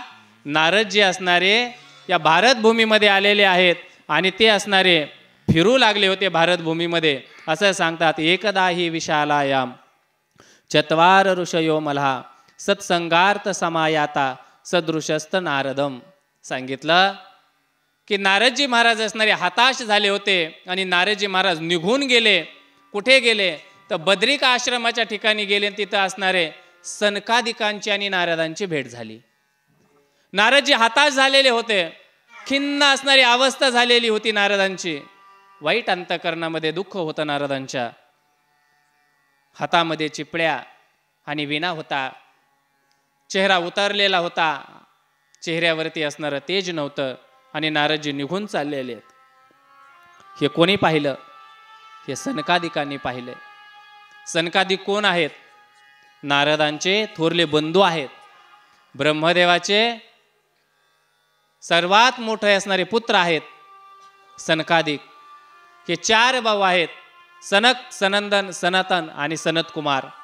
हे 4 बंधू आहेत. हे असणारे त्या बद्रिक आश्रमाच्या ठिकाणी असणारा भजन करतायत, सत्संग करतायत. आणि यांनी नारदाला पाहिलं. नारदजी महाराज हताश आहेत, नारदजी महाराज निराश आहेत आणि नारदजी निघून चाललेले आहेत. काय असतं या जीवनामध्ये, सगळे निराश झाले तरी चालते, पण संत निराश होता कामा नये. सामान्य जो दुःखी झाला तर संतांकडे जाऊन असणारं सुख प्राप्त करील, पण संतच दुःखी झाले तर सामान्याने कुणाकडे जायचं?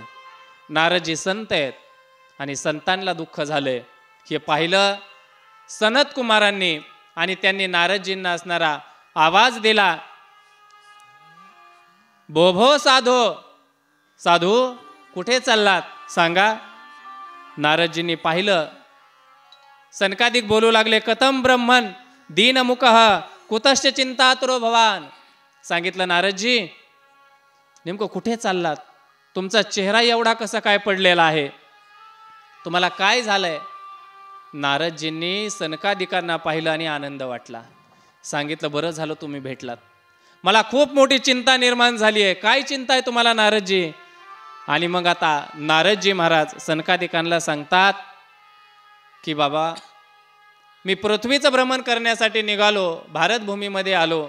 मला वाटलं होतं भारतभूमीमध्ये मला प्रसन्नता वाटेल, मला आनंद वाटेल, पण ऐका, भारतभूमीमध्ये आल्याच्या नंतर मी हताश झालो. काय झालं सांगितलं. मी अनेक तीर्थ फिरलो. कोणते कोणते?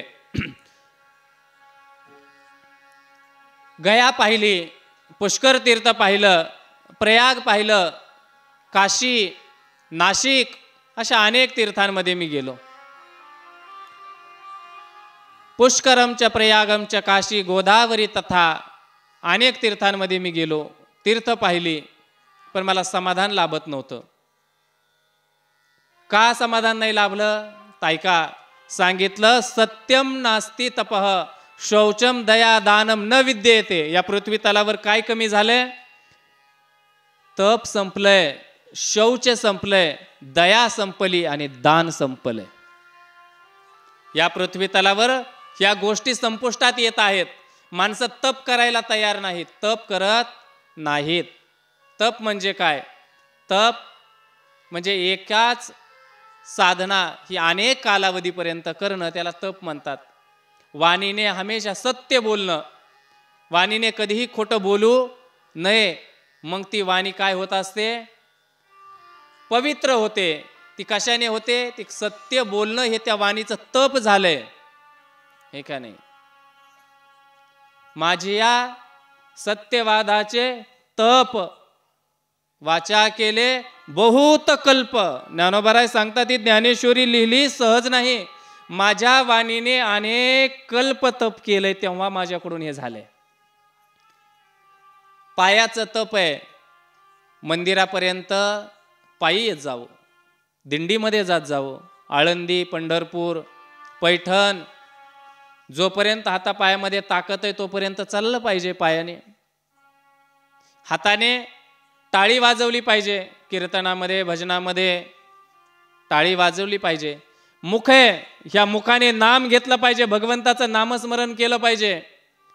नाही सगळं म्हणता आलं तर राधे राधे म्हणा, रामकृष्ण हरी म्हणा, विठ्ठल विठ्ठल म्हणा, जे आवडल ते म्हणा, पण भगवंताचंच म्हणा, है का नाही? जे आवडल ते म्हणा, पण भगवंताचंच म्हणा, हे का नाही? तर जे आम्हाला काही आवडत आहे ते म्हणू, त्याच्याने वाणी स्वच्छ होत नाही.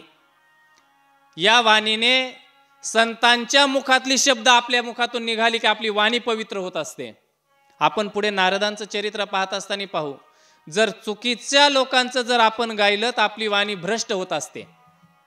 म्हणून असं गायन केलं पाहिजे, आपल्या मुखातून बी असं गायलं पाहिजे की ते असणारं कुणा महात्म्याच्या मुखातून निघलेलं असावं, आणि मग ते आपण गायलं, आपली वाणी शुद्ध होत असते.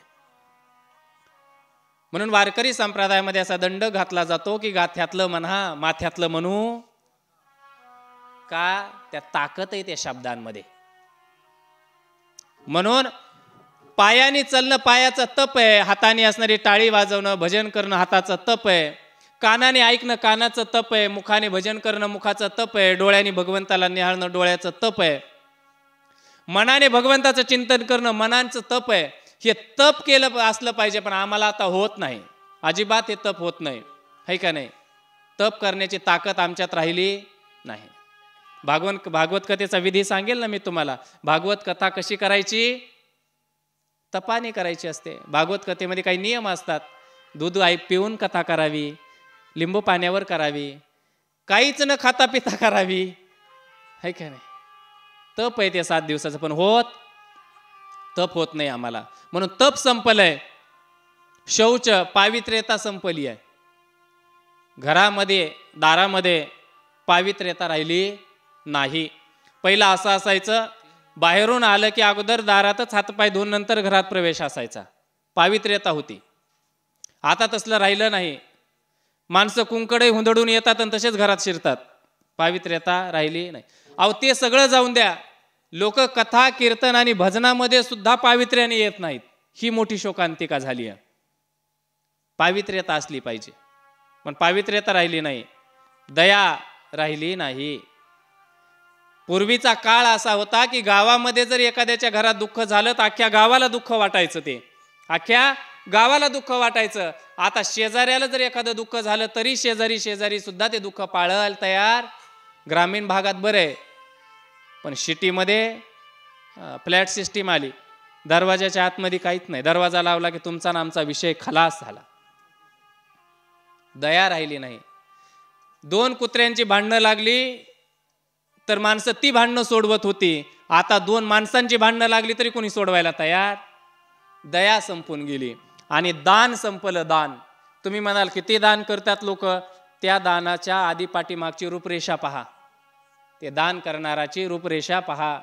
दान देत असताना आधी मोठं फोल्डिंग लावलेलं असतं त्या दान करणाराचं, मोठा फोटो असतो त्याचा, हे दान करतायत. दान भगवंतासाठी नाही, स्वतःच्या नावासाठी दान चालू आहे. दान देवासाठी दिलं पाहिजे.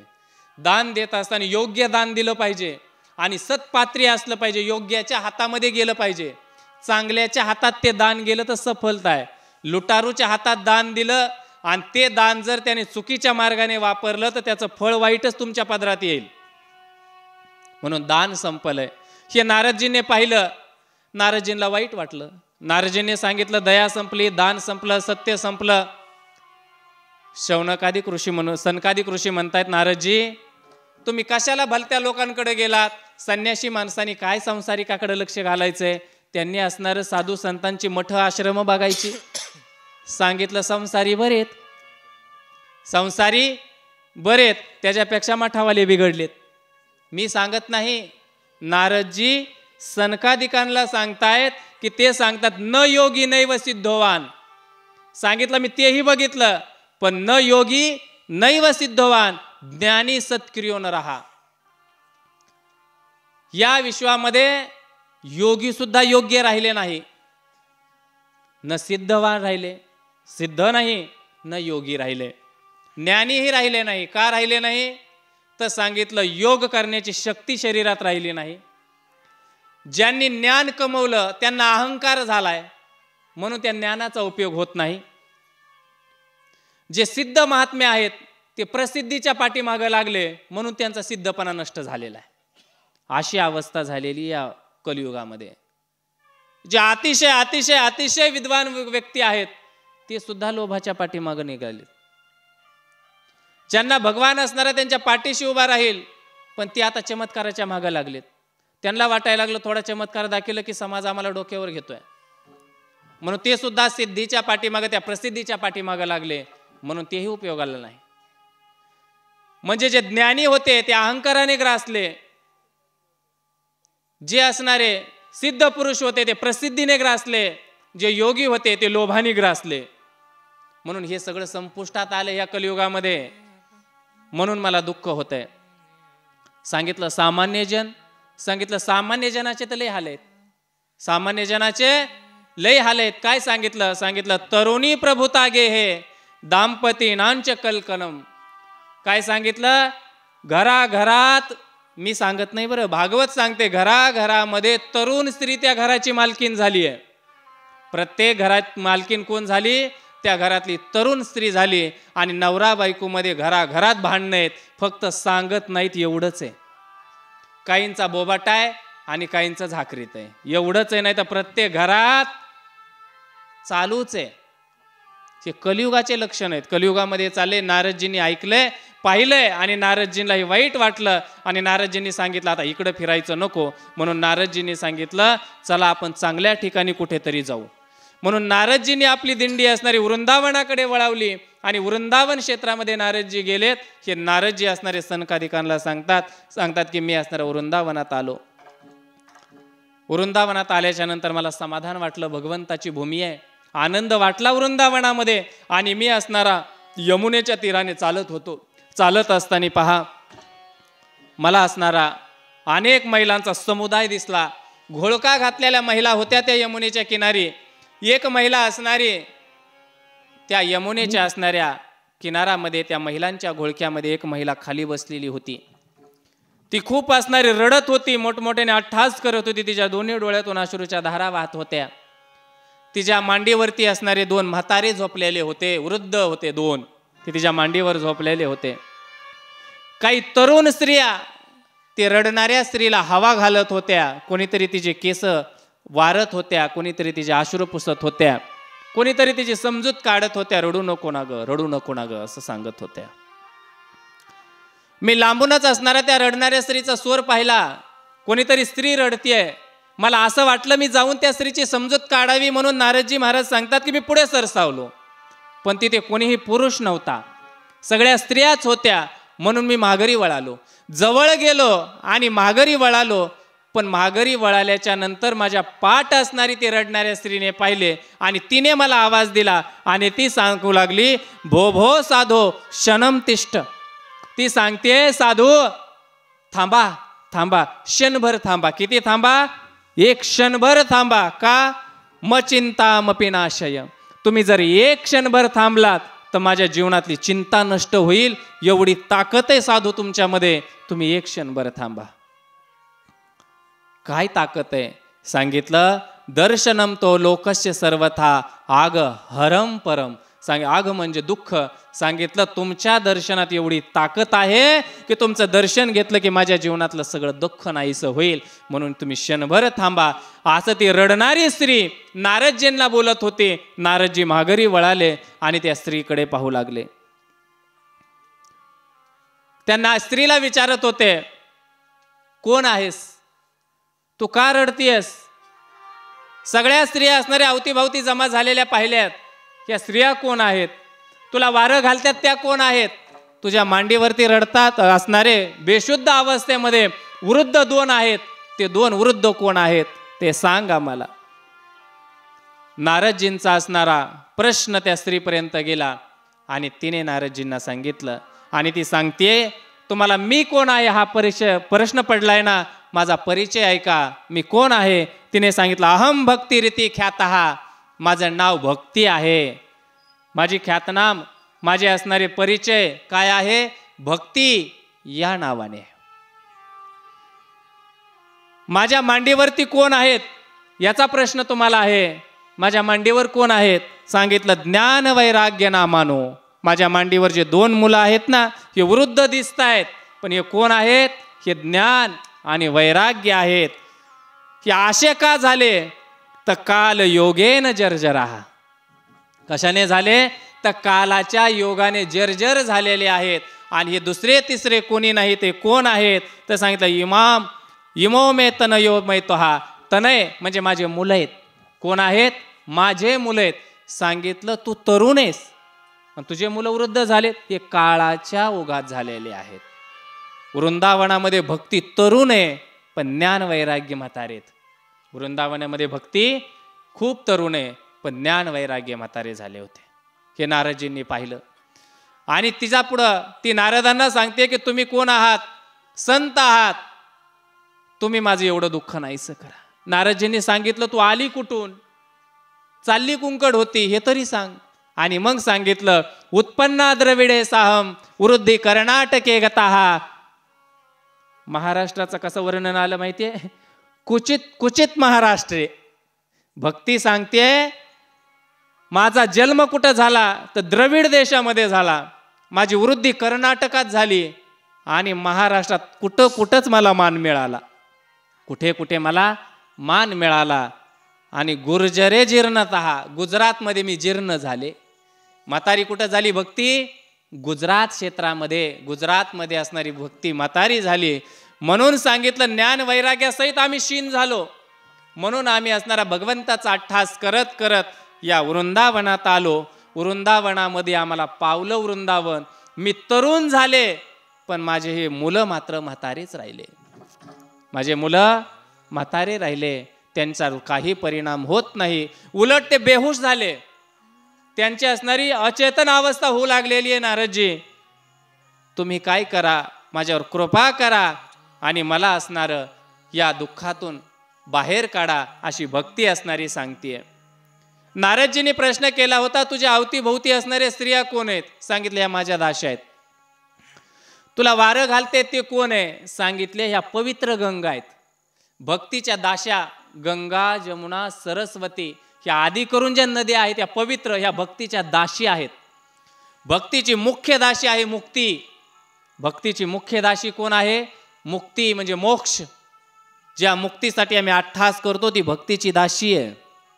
भक्ती करा, मुक्ती आपोआप प्राप्त होते. असं आहे. मुक्तीचं मंदिर कुठंच मिळत नाही, पण वृंदावनामध्ये मुक्तीचं मंदिर आहे. का? तिची मालकीन तिथं राहते म्हणून तिच्या सेवेसाठी ती तिथं आहे. म्हणून भक्तीची दासी आहे मुक्ती. सांगितलं ही माझी दासी आहे. ह्या स्त्रिया असणाऱ्या माझ्या सगळ्या दाशाच आहेत. मला या दुःखातून नाहीसं करा. नारदजींना प्रार्थना करते भक्ती. नारदजींनी सांगितलं चिंता करू नकोस, अजिबात चिंता करू नको, मी आहे ना. वृथा खेदयसे बाले. नारदजी बोलतात कशाला खेद करतेस, चिंता तुरो कथम, कशाला चिंता करतेस तू. श्रीकृष्णाचरणम भोजम स्मर दुःख गमिष्यती. अगं तू चिंता करू नको भक्ती, भगवान कृष्णाचं स्मरण कर, ते तुला याच्यातून मुक्त करतील. का सांगितलं, कौरवासारख्या चिखलामध्ये फसलेली द्रौपदी सारखं कमळ माझ्या कृष्णाने सांभाळून धरलं, तिला काही होऊ दिलं नाही. तुला काही होऊ देईल का तो? आणि तू तर त्याचा प्राण आहेस, तू त्याचं स्मरण कर, असं असणारं सांगू लागले नारदजी भक्तीला. सांगितलं महाराज तुम्ही काही करा. नारदजीने सांगितलं मी करतो. नारदजी पुढे सरकले. ज्या मांडीवरती असणारे ज्ञान वैराग्य होते त्यांच्या कानामध्ये नारदजी असणारे अनंत असणारे प्रयत्न करू लागले तो उठवण्याचा. बरं का, श्रीमद भगवद्गीता असेल, अन्य पुराण असेल, अन्य वेदांताचे असणारे श्रुती असतील, मंत्र असतील, वेदामध्ये असणारे जयघोष असतील, ते सर्व काही त्यांच्या कानामध्ये नारदजी सांगतायत. त्याच्याने काय होत होतं, ते जयघोष केल्याने त्यांना सुध येत होती, त्यांच्यामध्ये चेतना येत होती, ते डोळे उघडीत होते, मान उचलीत होते आणि उठूनही बसत होते, पण पुन्हा खाली पडत होते आणि पुन्हा अचेतन होत होते. याचा भाव सांगू का तुम्हाला? झोपू नका. हा, त्याचा भाव सांगतो तुम्हाला. हे कसं काय होतं, आमचंही तसंच आहे. कथा कीर्तनामध्ये 7 दिवस महाराज लोकांनी सांगितलं की आम्हालाही जरा चेतना येते. 7 दिवस सांगतात ना वैराग्य भक्ती, सांगलं आम्हालाही चेतना येते, आमचीही जरा मान उचलते, आम्हालाही जराशी योग्य वाटायला लागतं, चांगलं वाटायला लागतं भक्तीच्या मार्गावर. आणि सप्ताह संपला की आम्ही अजून मान टाकून देतो, जैसे थे वैसे. तसंच होत होतं. तेवढं सांगितलं.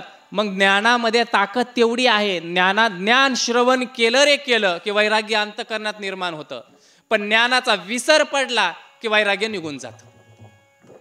असं आहे. मग एवढं सांगितलं की त्यांना चेतना यायची, पण ते पुन्हा बेहोश पडायचे. फरकच पडना ना दोघांना. नारदजींनी तर प्रश्न दिला होता, शब्द आपला तुपला नव्हता, नारदजींचा होता. नारदजींनी सांगितलं होतं मी तुझं दुःख नाहीसं करेल. प्रयत्न तर अनेक केले, पण ज्ञान वैराग्याला काहीच फरक पडत नाही. हे ज्या वेळेस नारदजींच्या लक्षात आलं त्यावेळेस नारदजींना दुःख झालं आणि नारदजी भगवंताचा धावा करू लागले. त्यावेळेस आकाशवाणी झाली आणि आकाशवाणीने सांगितलं नारदजी सत्कर्म करा, सत्कर्म करा. हे सत्कर्म काय आहे तुम्हाला संत सांगतील. एवढं सांगून आकाशवाणी लुप्त झाली. एवढं सांगून आकाशवाणी लुप्त झाली. सत्कर्म करायचं सांगितलं. भक्ती नारदाला विचारू लागली, महाराज माझ्या मुलांची अवस्था अशी आणि अशी का झाली? सांगितलं कलीचा प्रभाव आहे, हे कलीमुळं झालेलं आहे. भक्तीने सांगितलं ह्या कलीला राजा परीक्षितीने बांधून टाकलं होतं, का सोडलं? बरं होतं ना बांधलेलं. त्याने जर सोडलंच नसतं राजा परीक्षितीने तर हा त्रास आम्हाला झाला नसता. त्याने का सोडलं? सांगितलं त्याने 30 वर्ष बांधलं, पण का सोडलं? तर कली हा स्वतःच्या मनाने आलेला नाही, तर ही भगवंताची लीला आहे. भगवंताने ह्या कलीला पाठवलेलं आहे. कलीला वाईट मानू नको, कली चांगलाच आहे. कली कसा आहे? चांगला आहे. कलीचा शास्त्रात उल्लेख करताना सांगितलं हा कली वैष्णव आहे. कली कोण आहे? वैष्णव आहे महाराज. पण त्याचा उपयोग चांगला केला तर. मोबाईल वैष्णव आहे पण उपयोग चांगला केला तर, नाही तर कलीच आहे. तसं आहे ना. म्हणजे हा कली सांगितलं की अरे जे असणारं सत्ययुगामध्ये प्राप्त नव्हतं होत, जे असणारं त्रेतायुगात झालं नाही, जे द्वापारात होत नव्हतं ते कलियुगात सहज शक्य झालं. सहज असणारं शक्य होत आहे. कलियुगामध्ये भगवंताची प्राप्ती कशी आहे? अतिशय सुलभ आहे महाराज. न ध्यान करायची गरज आहे, न असणारं याग करायची गरज आहे, न असणारं काही कष्ट करण्याची गरज आहे. सत्ययुगामध्ये भगवंताच्या प्राप्तीसाठी ध्यान करावं लागायचं, त्रेतायुगामध्ये भगवंताच्या प्राप्तीसाठी यज्ञ करावा लागायचे, आणि द्वापारामध्ये भगवंताच्या प्राप्तीसाठी दास्य करावं लागायचं. पण कलियुगामध्ये तुम्हाला ध्यानाची आवश्यकता पडत नाही, यज्ञाची आवश्यकता पडत नाही, आणि दास्याची सुद्धा खूप मोठी आवश्यकता पडणार नाही. फक्त तुम्हाला एकच करायचंय. काय करायचंय माहितीये? हाताने टाळी आणि मुखाने नाम.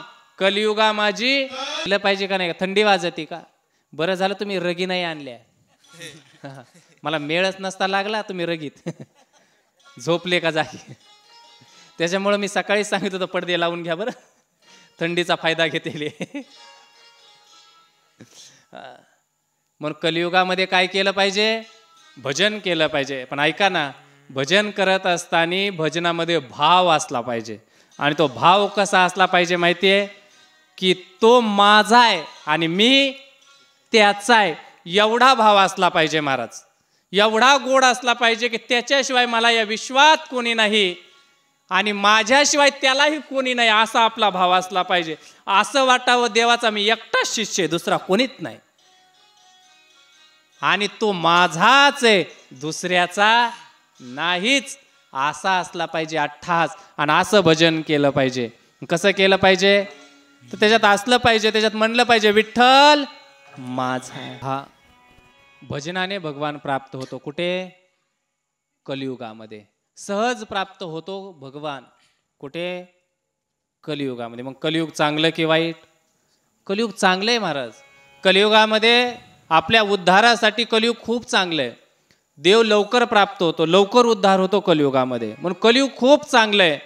पण जर याचा हा मार्ग सोडून दुसऱ्या मार्गाला गेले तर मग कलियुग अवघड आहे.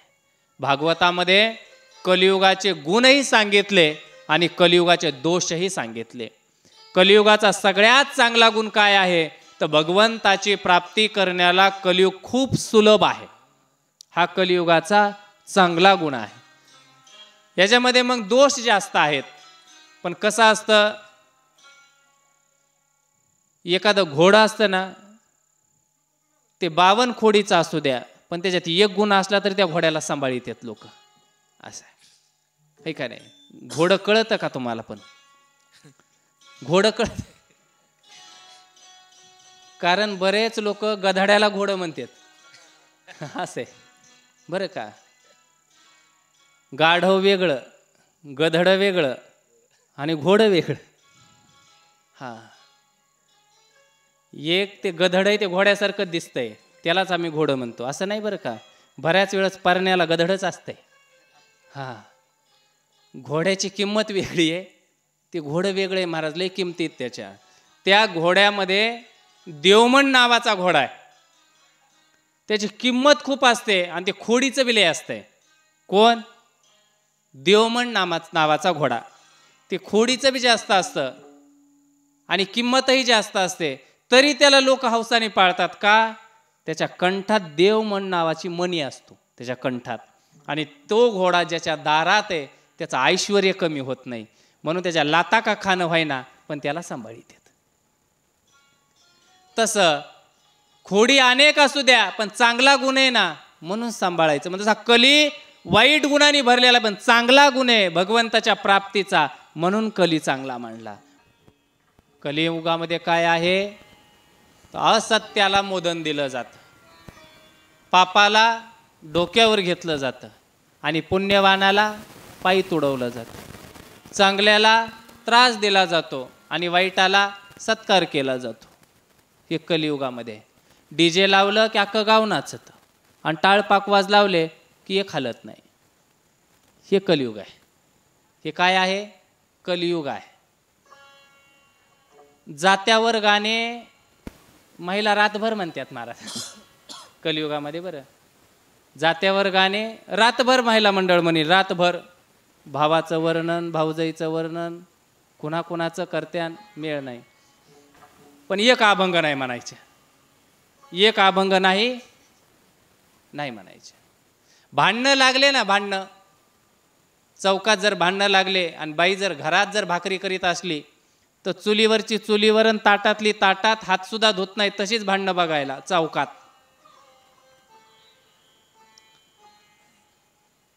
कुत्र्यानी भाकरी खाल्ल्या तरी माघारी येत नाही, तेवढे मिटूनच येते. कलियुग आहे. आई वडील घरात उपवाशी आणि सासू सासऱ्याला डबा हितून आहे कलियुगात. बरं आपल्या इथं आलं नाही, बरं आमच्या तिकडचं पुण्याकडचं आम्हाला 7 दिवस राहायचंय. सोपं आहे काय? बैमान आली. माँ बाप को कोई नहीं माने, औरत को बहुमान. साधु संत को कोई नहीं माने, हिजड़ो को बहुमान. एकाने असं म्हणणं सुद्धा अवघड आहे. आता मला कालच एकाचा फोन आला, तुमच्या वारकरी संप्रदाय. मला नका बोलू, मला जे बोललं तिकडे जा, माझ्याकडे कुठं पिढा. अवघड आहे महाराज, या जगामध्ये खूप अवघड आहे. चांगल्या मार्गावर चाललं, निघालं कीच काटे सुरू होतात, निघालं कीच काटे सुरू होतात. हा, एवढं सोपं नाही सप्ताह करणं बी. एवढं सोपं नाही सत्कर्म करायला, एवढं सोपं नाही, एवढं सोपं नाही. अरे या कलियुगामध्ये माळ टिकू देण्यात लोक गळ्यात माळ. नवीन माळकरी व्हावा मग त्याचे हाल बघावं. आणि तो नवीन माळकरी आहे ना, तो नवीन माळकरी 25-30 वर्षाचा असावा, त्याने अगोदर हे जीवन जगलेलं असावं येडं वाकडं, आणि नंतर त्याला बोध व्हावा आणि त्यांनी नंतर माळ घालावा मग त्याचे हाल बघावं. हे लोक कसे करतात, माळच काढायला होते त्याला. ते जर कमी असला का जरा 4 दिवसात नाही त्याला माळ काढायला लावली तर पुन्हा बोला महाराज. हा, हिम्मतबाज असला, सहन करण्याची ताकद असली तर टिकली. एवढं बेकार आहे कलियुग. म्हणून सांगितलं भक्ती चिंता करू नकोस, हा कलीचा प्रभाव आहे. मी अनेक प्रयत्न केलेत, त्याच्याने असणाऱ्या तुझ्या मुलांना चेतना येत नाही, त्यांचं तारुण्य प्रत येत नाही. भगवंताची असणारी आकाशवाणी झालेली आहे, सत्कर्म कर म्हणतीये. मी ते सत्कर्म करील आणि तुझ्या मुलांना पुन्हा असणारं नवतारुण्य आणून देईल, तुला सुख प्राप्त करून देईल. म्हणून नारदजी महाराज असणारे प्रत्येकाला विचारू लागले, सत्कर्म सांगा, सत्कर्म सांगा, सत्कर्म सांगा. कोणी म्हणायचं यज्ञ करा, कोणी म्हणायचं तप करा, कोणी म्हणायचं महामृत्युंजयचा जप करा, कोणी म्हणायचं गायत्री मंत्राचा जप करा. पण हे तप हे सगळं सत्कर्मच आहे ना. आता कोणतं सत्कर्म? पण हे नाही दुसरं सत्कर्म, हे नाही दुसरं सत्कर्म. का? कोणी म्हटलं का गायत्री मंत्राचा जय घोष करा, नारदजी म्हणायचे मी तो केलाय. कोण गीता पाठ करा, मी केलाय. विष्णू सहस्रनाम मी केलाय, गीता पाठ मी केलाय. हे सगळं सत्कर्म तर झालंय ना. मग सत्कर्म काय? कोणीच सांगना. कंटाळून गेले नारदजी, आणि नारदजीने विचार केला की मी बद्रिक आश्रमाच्या ठिकाणी जाईल, तप करील, भगवंताला साक्षात प्रगट करून विचारील काय सत्कर्म सांगा. आणि म्हणून नारदजी असणारे बद्रिक आश्रमाच्या ठिकाणी आले. आणि त्या ठिकाणी या सनकादिकांची भेट, आणि सनकादिकांना नारदजींनी सर्व हकीकत आतापर्यंत सांगितलं.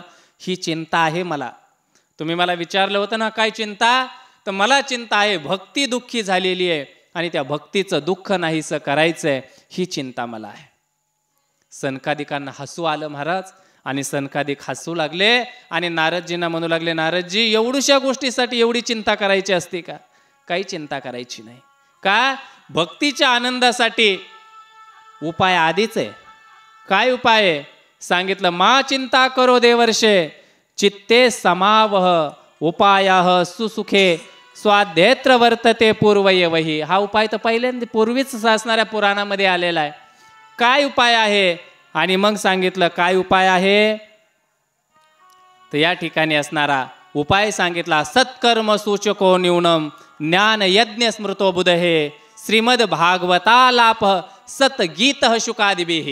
सांगितलं सत्कर्म काय आहे, तर सांगितलं जे शुक मुखातून निघालेलं जे श्रीमद भागवत आहे ते भागवत श्रवण करायला द्या. ज्ञान आणि वैराग्याला हे सत्कर्म आहे.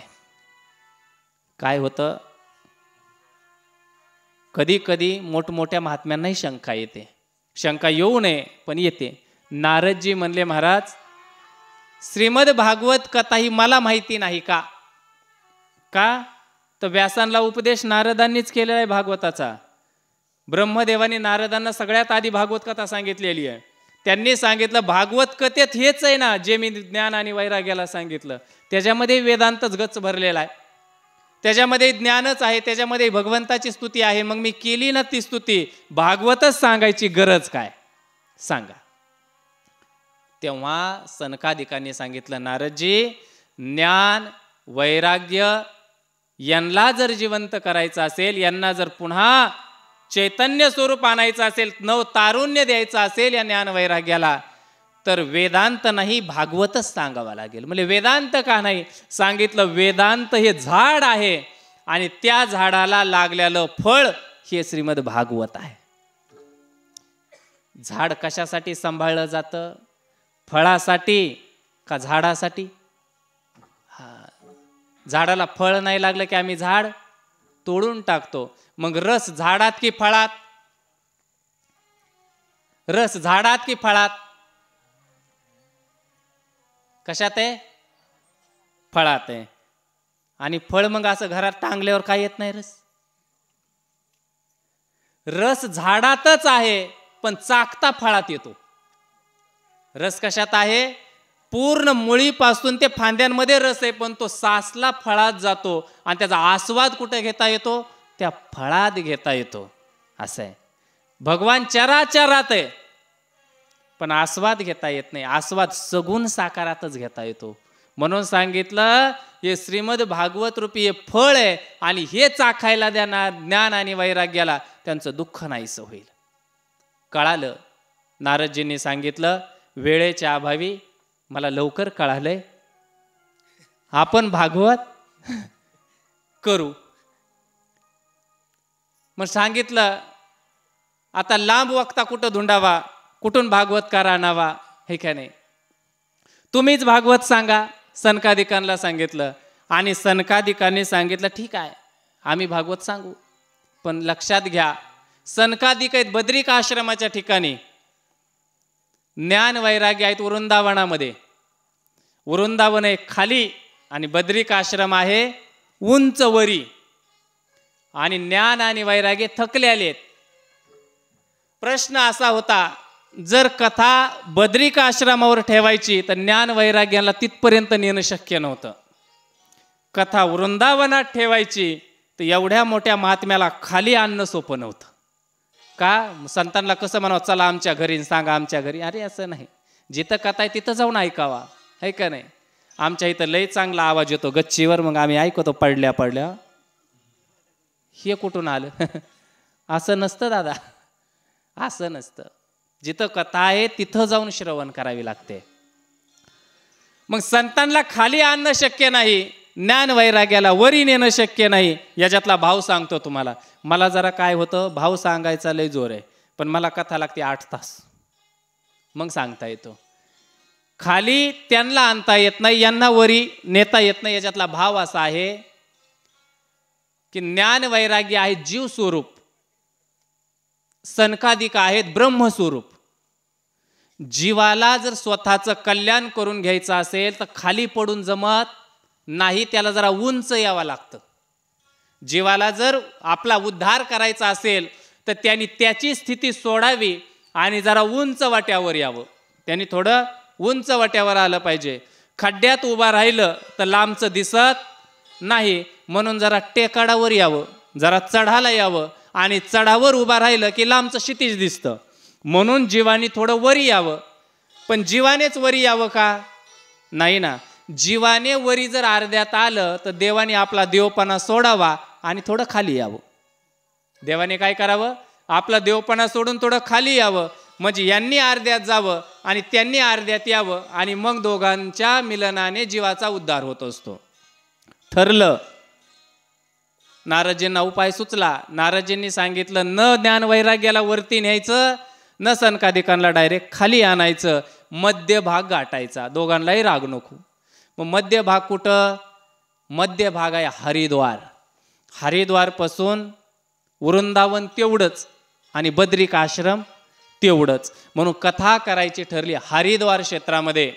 आनंद नामक घाटावरती विशाल अशा वटवृक्षाखाली भागवत कथेला आरंभ झाला. भागवत कथा करायची ठरली. रेतीचा वटा केला, जी रेती असते ना त्याचा वटा केला उंच, त्याच्यावरती सनकादिकांचं आसन आहे. भागवत कथा करायसाठी अगोदर सर्वांना आमंत्रण द्यावी लागतात. ते आमंत्रण देण्यासाठी भृंगू नावाचे ऋषी आमंत्रण द्यायला जाऊ लागले. खरं पाहिलं तर कथा कीर्तनाला आमंत्रणाची वाट पाहायची नाही, न पाचारिता जावे, तिथं वाट पाहायची नाही, न बोलवता गेलं पाहिजे आणि श्रवण केलं पाहिजे, तिथं लाभ आहे. पण जे मानाने फुगलेले त्यांच्यासाठी भृंगू ऋषी आमंत्रण घेऊन गेले. सगळ्यांना आमंत्रण दिली आणि त्या ठिकाणी मग कोण आले तर त्या ठिकाणी सांगतात भृंगू, वशिष्ठ, च्यवन, गौतम, मेधा, देवल हे सगळे ऋषी त्या ठिकाणी आलेले आहेत. मोठमोठे साधू त्या ठिकाणी आलेले आहेत. कथा असणारी सुरुवात होणार आहे. मुख्य कथेचे यजमान नारदजी आहेत. कथेचे यजमान नारदजी महाराज आहेत. यजमानाचं असं असतं, यजमानाने 7 दिवस कथा नियमाने श्रवण करायचे असते, समोर बसून ऐकायची असते आणि कथेमध्ये आलेल्या कोणी साधू संतांचा स्वागत सत्कार करणं त्यांचं कर्तव्य असतं. यजमानाने 7 दिवस कोणालाही रागावून बोलायचं नसतं, शिवी द्यायची नसते, खोटं बोलायचं नसतं, आनंदमय जीवन 7 दिवस ठेवायचं असतं कमीत कमी, असं असतं यजमान. मग यजमान आहेत नारदजी महाराज. कथा सांगणारे सनकादिक. कुठं कथा आहे? हरिद्वार क्षेत्रामध्ये आहे. भक्ती आणि ज्ञान वैराग्याला आमंत्रण दिलेलं आहे की तुम्ही त्या ठिकाणी कथेला या, तुमच्यासाठीच आयोजन आहे. कथेला प्रारंभ होत आहे आणि कथा असणारी सदा सांगू लागले सनकादिक. आणि सनकादिक कथा सांगतात की बाबा हो कथा ऐका, पण किती ऐका तर सांगितलं सदा सेव्यात श्रीमद भागवती कथा यश्या श्रवण मात्रेन हरिश्चंत समाश्रयत. भगवंताचा आश्रय प्राप्त होतो. कशाने? निस्त कथेचं श्रवण करण्याने. म्हणले मग कथा आम्ही मागच्या वर्षी ऐकली, ह्या वर्षी बी ऐकली, मग आता आणखी कवर ऐकायची. सांगितलं हाई तवर ऐकायची. कवर ऐकायची? तुम्ही पृथ्वी तलावर हाई तवर ऐकायची, ती ऐकतच राहायची. आलय प्राप्त होऊस तर ऐकायची. कवर ऐकायची? आलय प्राप्त होऊस तर ऐकायची. एवढी भागवत कथा ऐकायची. त्याच्याने काय होईल? भगवंताची स्वरूपता प्राप्त होईल. तुम्हाला असं सांगितलं. एवढं सांगितलं आणि आता भागवत कथेमध्ये विधी सांगायला सुरुवात केली सनकादिकांनी नारदजींना. भागवत कथा कशी करावी, काय करावी याचा विधी आहे. विधी सांगायला प्रारंभ केला. सर्व साधू मुनी ऋषी तटस्थ आहेत. सनकादिक असणारी कथा सांगू लागलेले आहेत. अतिशय एकाग्र चित्तता झालेली आहे त्या कथेमध्ये. आणि तेवढ्यामध्ये महाराज सगळ्यांच्या कानावरती भजनाचा आवाज येऊ लागला. कोणाच्या तरी घुंगराचा आवाज येऊ लागला. कोणीतरी भजन म्हणतंय, कोणतरी नाचतंय, त्याचे ते पैंजण वाजतायत असा आवाज आला. आणि जे काही श्रोते होते खाली बसलेले मोठे मोठे श्रोते ते इकडं तिकडं पाहू लागले की कोणाचा आवाज येतोय, कोण भजन करतंय. म्हणून पाहतात तर भक्ती, ज्ञान आणि वैराग्य हे महाराज नाचत भगवंताचं भजन करत त्या धर्ममंडपामध्ये, त्या मंडपामध्ये प्रवेश करू लागलेले आहेत महाराज. भगवंताचं भजन होते महाराज.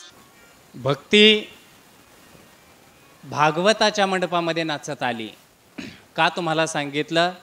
भक्तीचा धर्म मंडपामध्ये प्रवेश झाल्याच्या नंतर आपण उभा राहिलं पाहिजे. आपण उभा राहून तिचं स्वागत केलं पाहिजे. कारण भक्ती कोणी सामान्य नाही आहे. मी तुम्हाला मगाच सांगून गेलो, मुक्ती ही भक्तीची दासी आहे. मग सामान्य आहे का भक्ती? भक्ती ही आनंदाने विभोर झाली आणि भक्ती असणारी सनकादिकांच्या समोर आलेली आहे. सनकादिक भक्तीला पाहून असणारे आनंद विभोर झाले. नारदजींचा आनंदाला पारावार नाही. नारदजी म्हणू लागले, वा देवा, जो शब्द म्या दिला तो आज खरा केला. भक्तीचं दुःख नाहीसं केलंस. आनंद आहे, आनंद आहे मला. भक्ती प्रसन्न झाली. नारदांचं दर्शन घेतलं आणि भक्ती असणारी सनकादिकांच्या समोर गेली आणि सनकादिकांना म्हणू लागली, मी प्रसन्न झाले, माझं दुःख नाहीचं झालं, माझे मुलं तरुण झाले, पण मला आता फिरायचा कंटाळा आला, मला बसायला जागा द्या, मला आसन द्या, मी आसनावर बसण्याची इच्छुक आहे. सनकादिक भक्तीकडे पाहतात महाराज आणि भक्तीला विचारू लागले, का का आसन पाहिजे तुला? सांगितलं कलियुग आहे, मला कुठंतरी स्थान द्या. त्यावेळेस सनकादिक सांगतात, भक्ती तू काही सामान्य नाही आहेस, तू कशी आहेस? भवद भीरदये वो कृतास्मी पृष्ठवा कली प्रनष्टापी कथासेन क्वाम तो प्रतिष्ठप्य धुना मृत्यू ब्रह्मा इदम त्वा गीरमिचिरेते. तू कशी आहेस तू? तर सांगितलं, तू भक्तांचं हृदय पावन करणारी आहेस. तू कशी आहेस? भक्तांचं हृदय पावन करणारी आहेस. म्हणून भक्ती म्हणते, म्हणूनच तर म्हणते मी काय, तर भक्तेषु गोविंद स्वरूप करत्री प्रेमक धरत्री भवरोग हंती सात्वम च तिष्ठस्व सुधैर्य संचयः निरंतरम वैष्णव मानसाने. सनकादिकाने सांगितलं, तू कशी आहेस? तर तू असणारी गोविंद स्वरूप करत्री. तू कशी आहेस? तू गोविंद स्वरूप प्राप्त करून देणारी आहेस, प्रेमरूप भक्ती प्राप्त करून देणारी आहेस, आणि भवरोग हंती म्हणजे भवरोगाचा नाश करणारी तू आहेस. म्हणून तू निरंतर वास कर, पण कुठे? वैष्णवांच्या मनामध्ये. तुला ठिकाण कुठं? वैष्णवांच्या मनात, वैष्णवांच्या हृदयामध्ये राहा. असं भक्तीला जागा मिळाली. भक्ती वैष्णवांच्या हृदयात राहू लागली महाराज. पहा, म्हणून भक्ती आधी करा. भक्तीला प्रारंभ केला रे केला की ज्ञान वैराग्य ती जे लेकरच आहेत ते सोबत येतात. भक्तीने धरिले हाती मागे ज्ञान वैराग्य धर्म येते, ते पाठीमागेच येतात. म्हणून भक्ती करा. अंतःकरणामध्ये भक्तीला जागा दिली रे दिली. भक्तीने अंतःकरणात वास केला की सगळं ऑटोमॅटिक होतं. म्हणून सांगतात, भक्तीला असणारं ठिकाण मिळालं, भक्ती आनंद विभोर झाली, ज्ञान वैराग्याचं असणारं दुःख नाहीचं झालं, म्हणून ज्ञान वैराग्य आनंदित झाले. निस्ती असणारी या भागवत कथेचा असणारा विधीत श्रवण झाला आणि भक्तीचं दुःखच नाहीचं झालं, हे पाहून नारदजींना आनंद झाला. नारदजी असणारे पुढे गेले आणि सनकादिकांना दंडवत घालू लागले. जय हो जय हो जय हो असं असणारे नारदजी म्हणतायत आणि सनकादिकांना म्हणू लागले, सनकादिक महाराज किती परम पावन आहे ही भागवत कथा. आता शिकता फक्त विधीत चालू होता आणि विधीमध्येच असणारं भक्तीचं असणारं दुःख नाहीचं झालं, भक्तीचा असणारा उद्धार झाला. किती पावन आहे.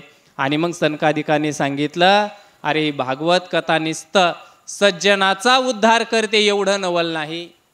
ही भागवत कथा संतांचा उद्धार करते, भक्तांचा उद्धार करते एवढं नवल नाही. तर ही भागवत कथा असणारी अनेक असणाऱ्या दुराचार्यांचा सुद्धा उद्धार करते. अशा कोणत्या दुराचार्याचा उद्धार या भागवत कथेने झाला असं आम्हाला नारदजी महाराज सांगू लागले. तेव्हा नारदजींना असणारं सनकादिक सांगतात की मी तुला एका दुराचार्याचा असणारा उद्धार झालेला भागवत कथेने कसा उद्धार झाला ती कथा तुला मी सांगतो, पण आज नाही उद्या सांगतो, हे का नाही असं सांगितलं. आणि आपल्याला गोकर्ण कथा आपल्याला श्रवण करायची आहे, पण ती उद्याच्या सत्रामध्ये आपण गोकर्ण कथा श्रवण करणार आहोत, हे का नाही. आणि तुमची तयारी असली तर अजून काही ऐकू आपण, असं काही नाही, हे का नाही. पण 4 तास लागतील. पुन्हा तुम्ही अर्ध्यात उठून जाता तर मग अवघड. म्हणून आता भजन होईल, भजनाच्या नंतर आरती होईल आणि आरतीच्या नंतर आपली कथा विराम पावेल. त्यानंतर उद्याच्याला ठीक 7:45 वाजता कथा प्रारंभ होईल. 15 मिनटं अगोदर कथा प्रारंभ होईल. म्हणून तुम्ही सर्व मंडळींनी 10 मिनटं अगोदरच मंडपामध्ये या. आम्ही आलो त्यावेळेस कोणी नव्हतं, नंतर तुम्ही सर्वजण आलात, तुमचे आभार आहेत. पण थोडं लवकर या. तुम्ही लवकर आले की कथा लवकर प्रारंभ करता येते. आणि पाठीमागं जी बसणारी मंडळी आहे त्यांनी पुढे येऊन बसा, म्हणजे जागा रिकामी दिसत नाही, है का नाही. आपल्याला का कांदे लावायचे थोडे इथं, है का नाही. हे आपल्याला बसण्यासाठीच आहे ना. मग पुढे या आणि पुढे बसा सर्वजण, एवढी तुम्हाला नम्रतेची विनंती असेल. आरतीवाल्या महिला श्रवण करायला येत असताना सगळ्या महिलांनी आरतीचे ताटं आणायचे. आरतीचे ताटं घेऊन आल्याच्या नंतर सुरुवातीला सर्व आरत्या लावायच्या नाही. एकच जे मुख्य यजमान असतील आरतीचे त्यांनी पहिली आरतीचं ताट लावायचं पहिल्या आरतीला. बाकीच्यांनी सर्व आरत्या ह्या समोरच्या पेसमध्ये ठेवायच्या. आणि शेवटची जी आरती आता होते त्या आरतीला मात्र सर्व महिलांच्या हातात आरतीचे ताटं असावं. सेवा आहे ही भागवताची, असं आहे. म्हणून सर्वांनी ह्याची काळजी घ्या. भागवताची सेवा करा. ही झाडून काढणं, चटई टाकणं, रांगोळी काढणं याची काळजी घ्या. आणि आमचा ग्रंथ हा असणारा 7 दिवस इथेच राहणार आहे ह्याचीही सर्वजण काळजी घ्या. असं आहे. चला थोडं भजन आरतीची तयारी करा. आरत्या पेटून चला.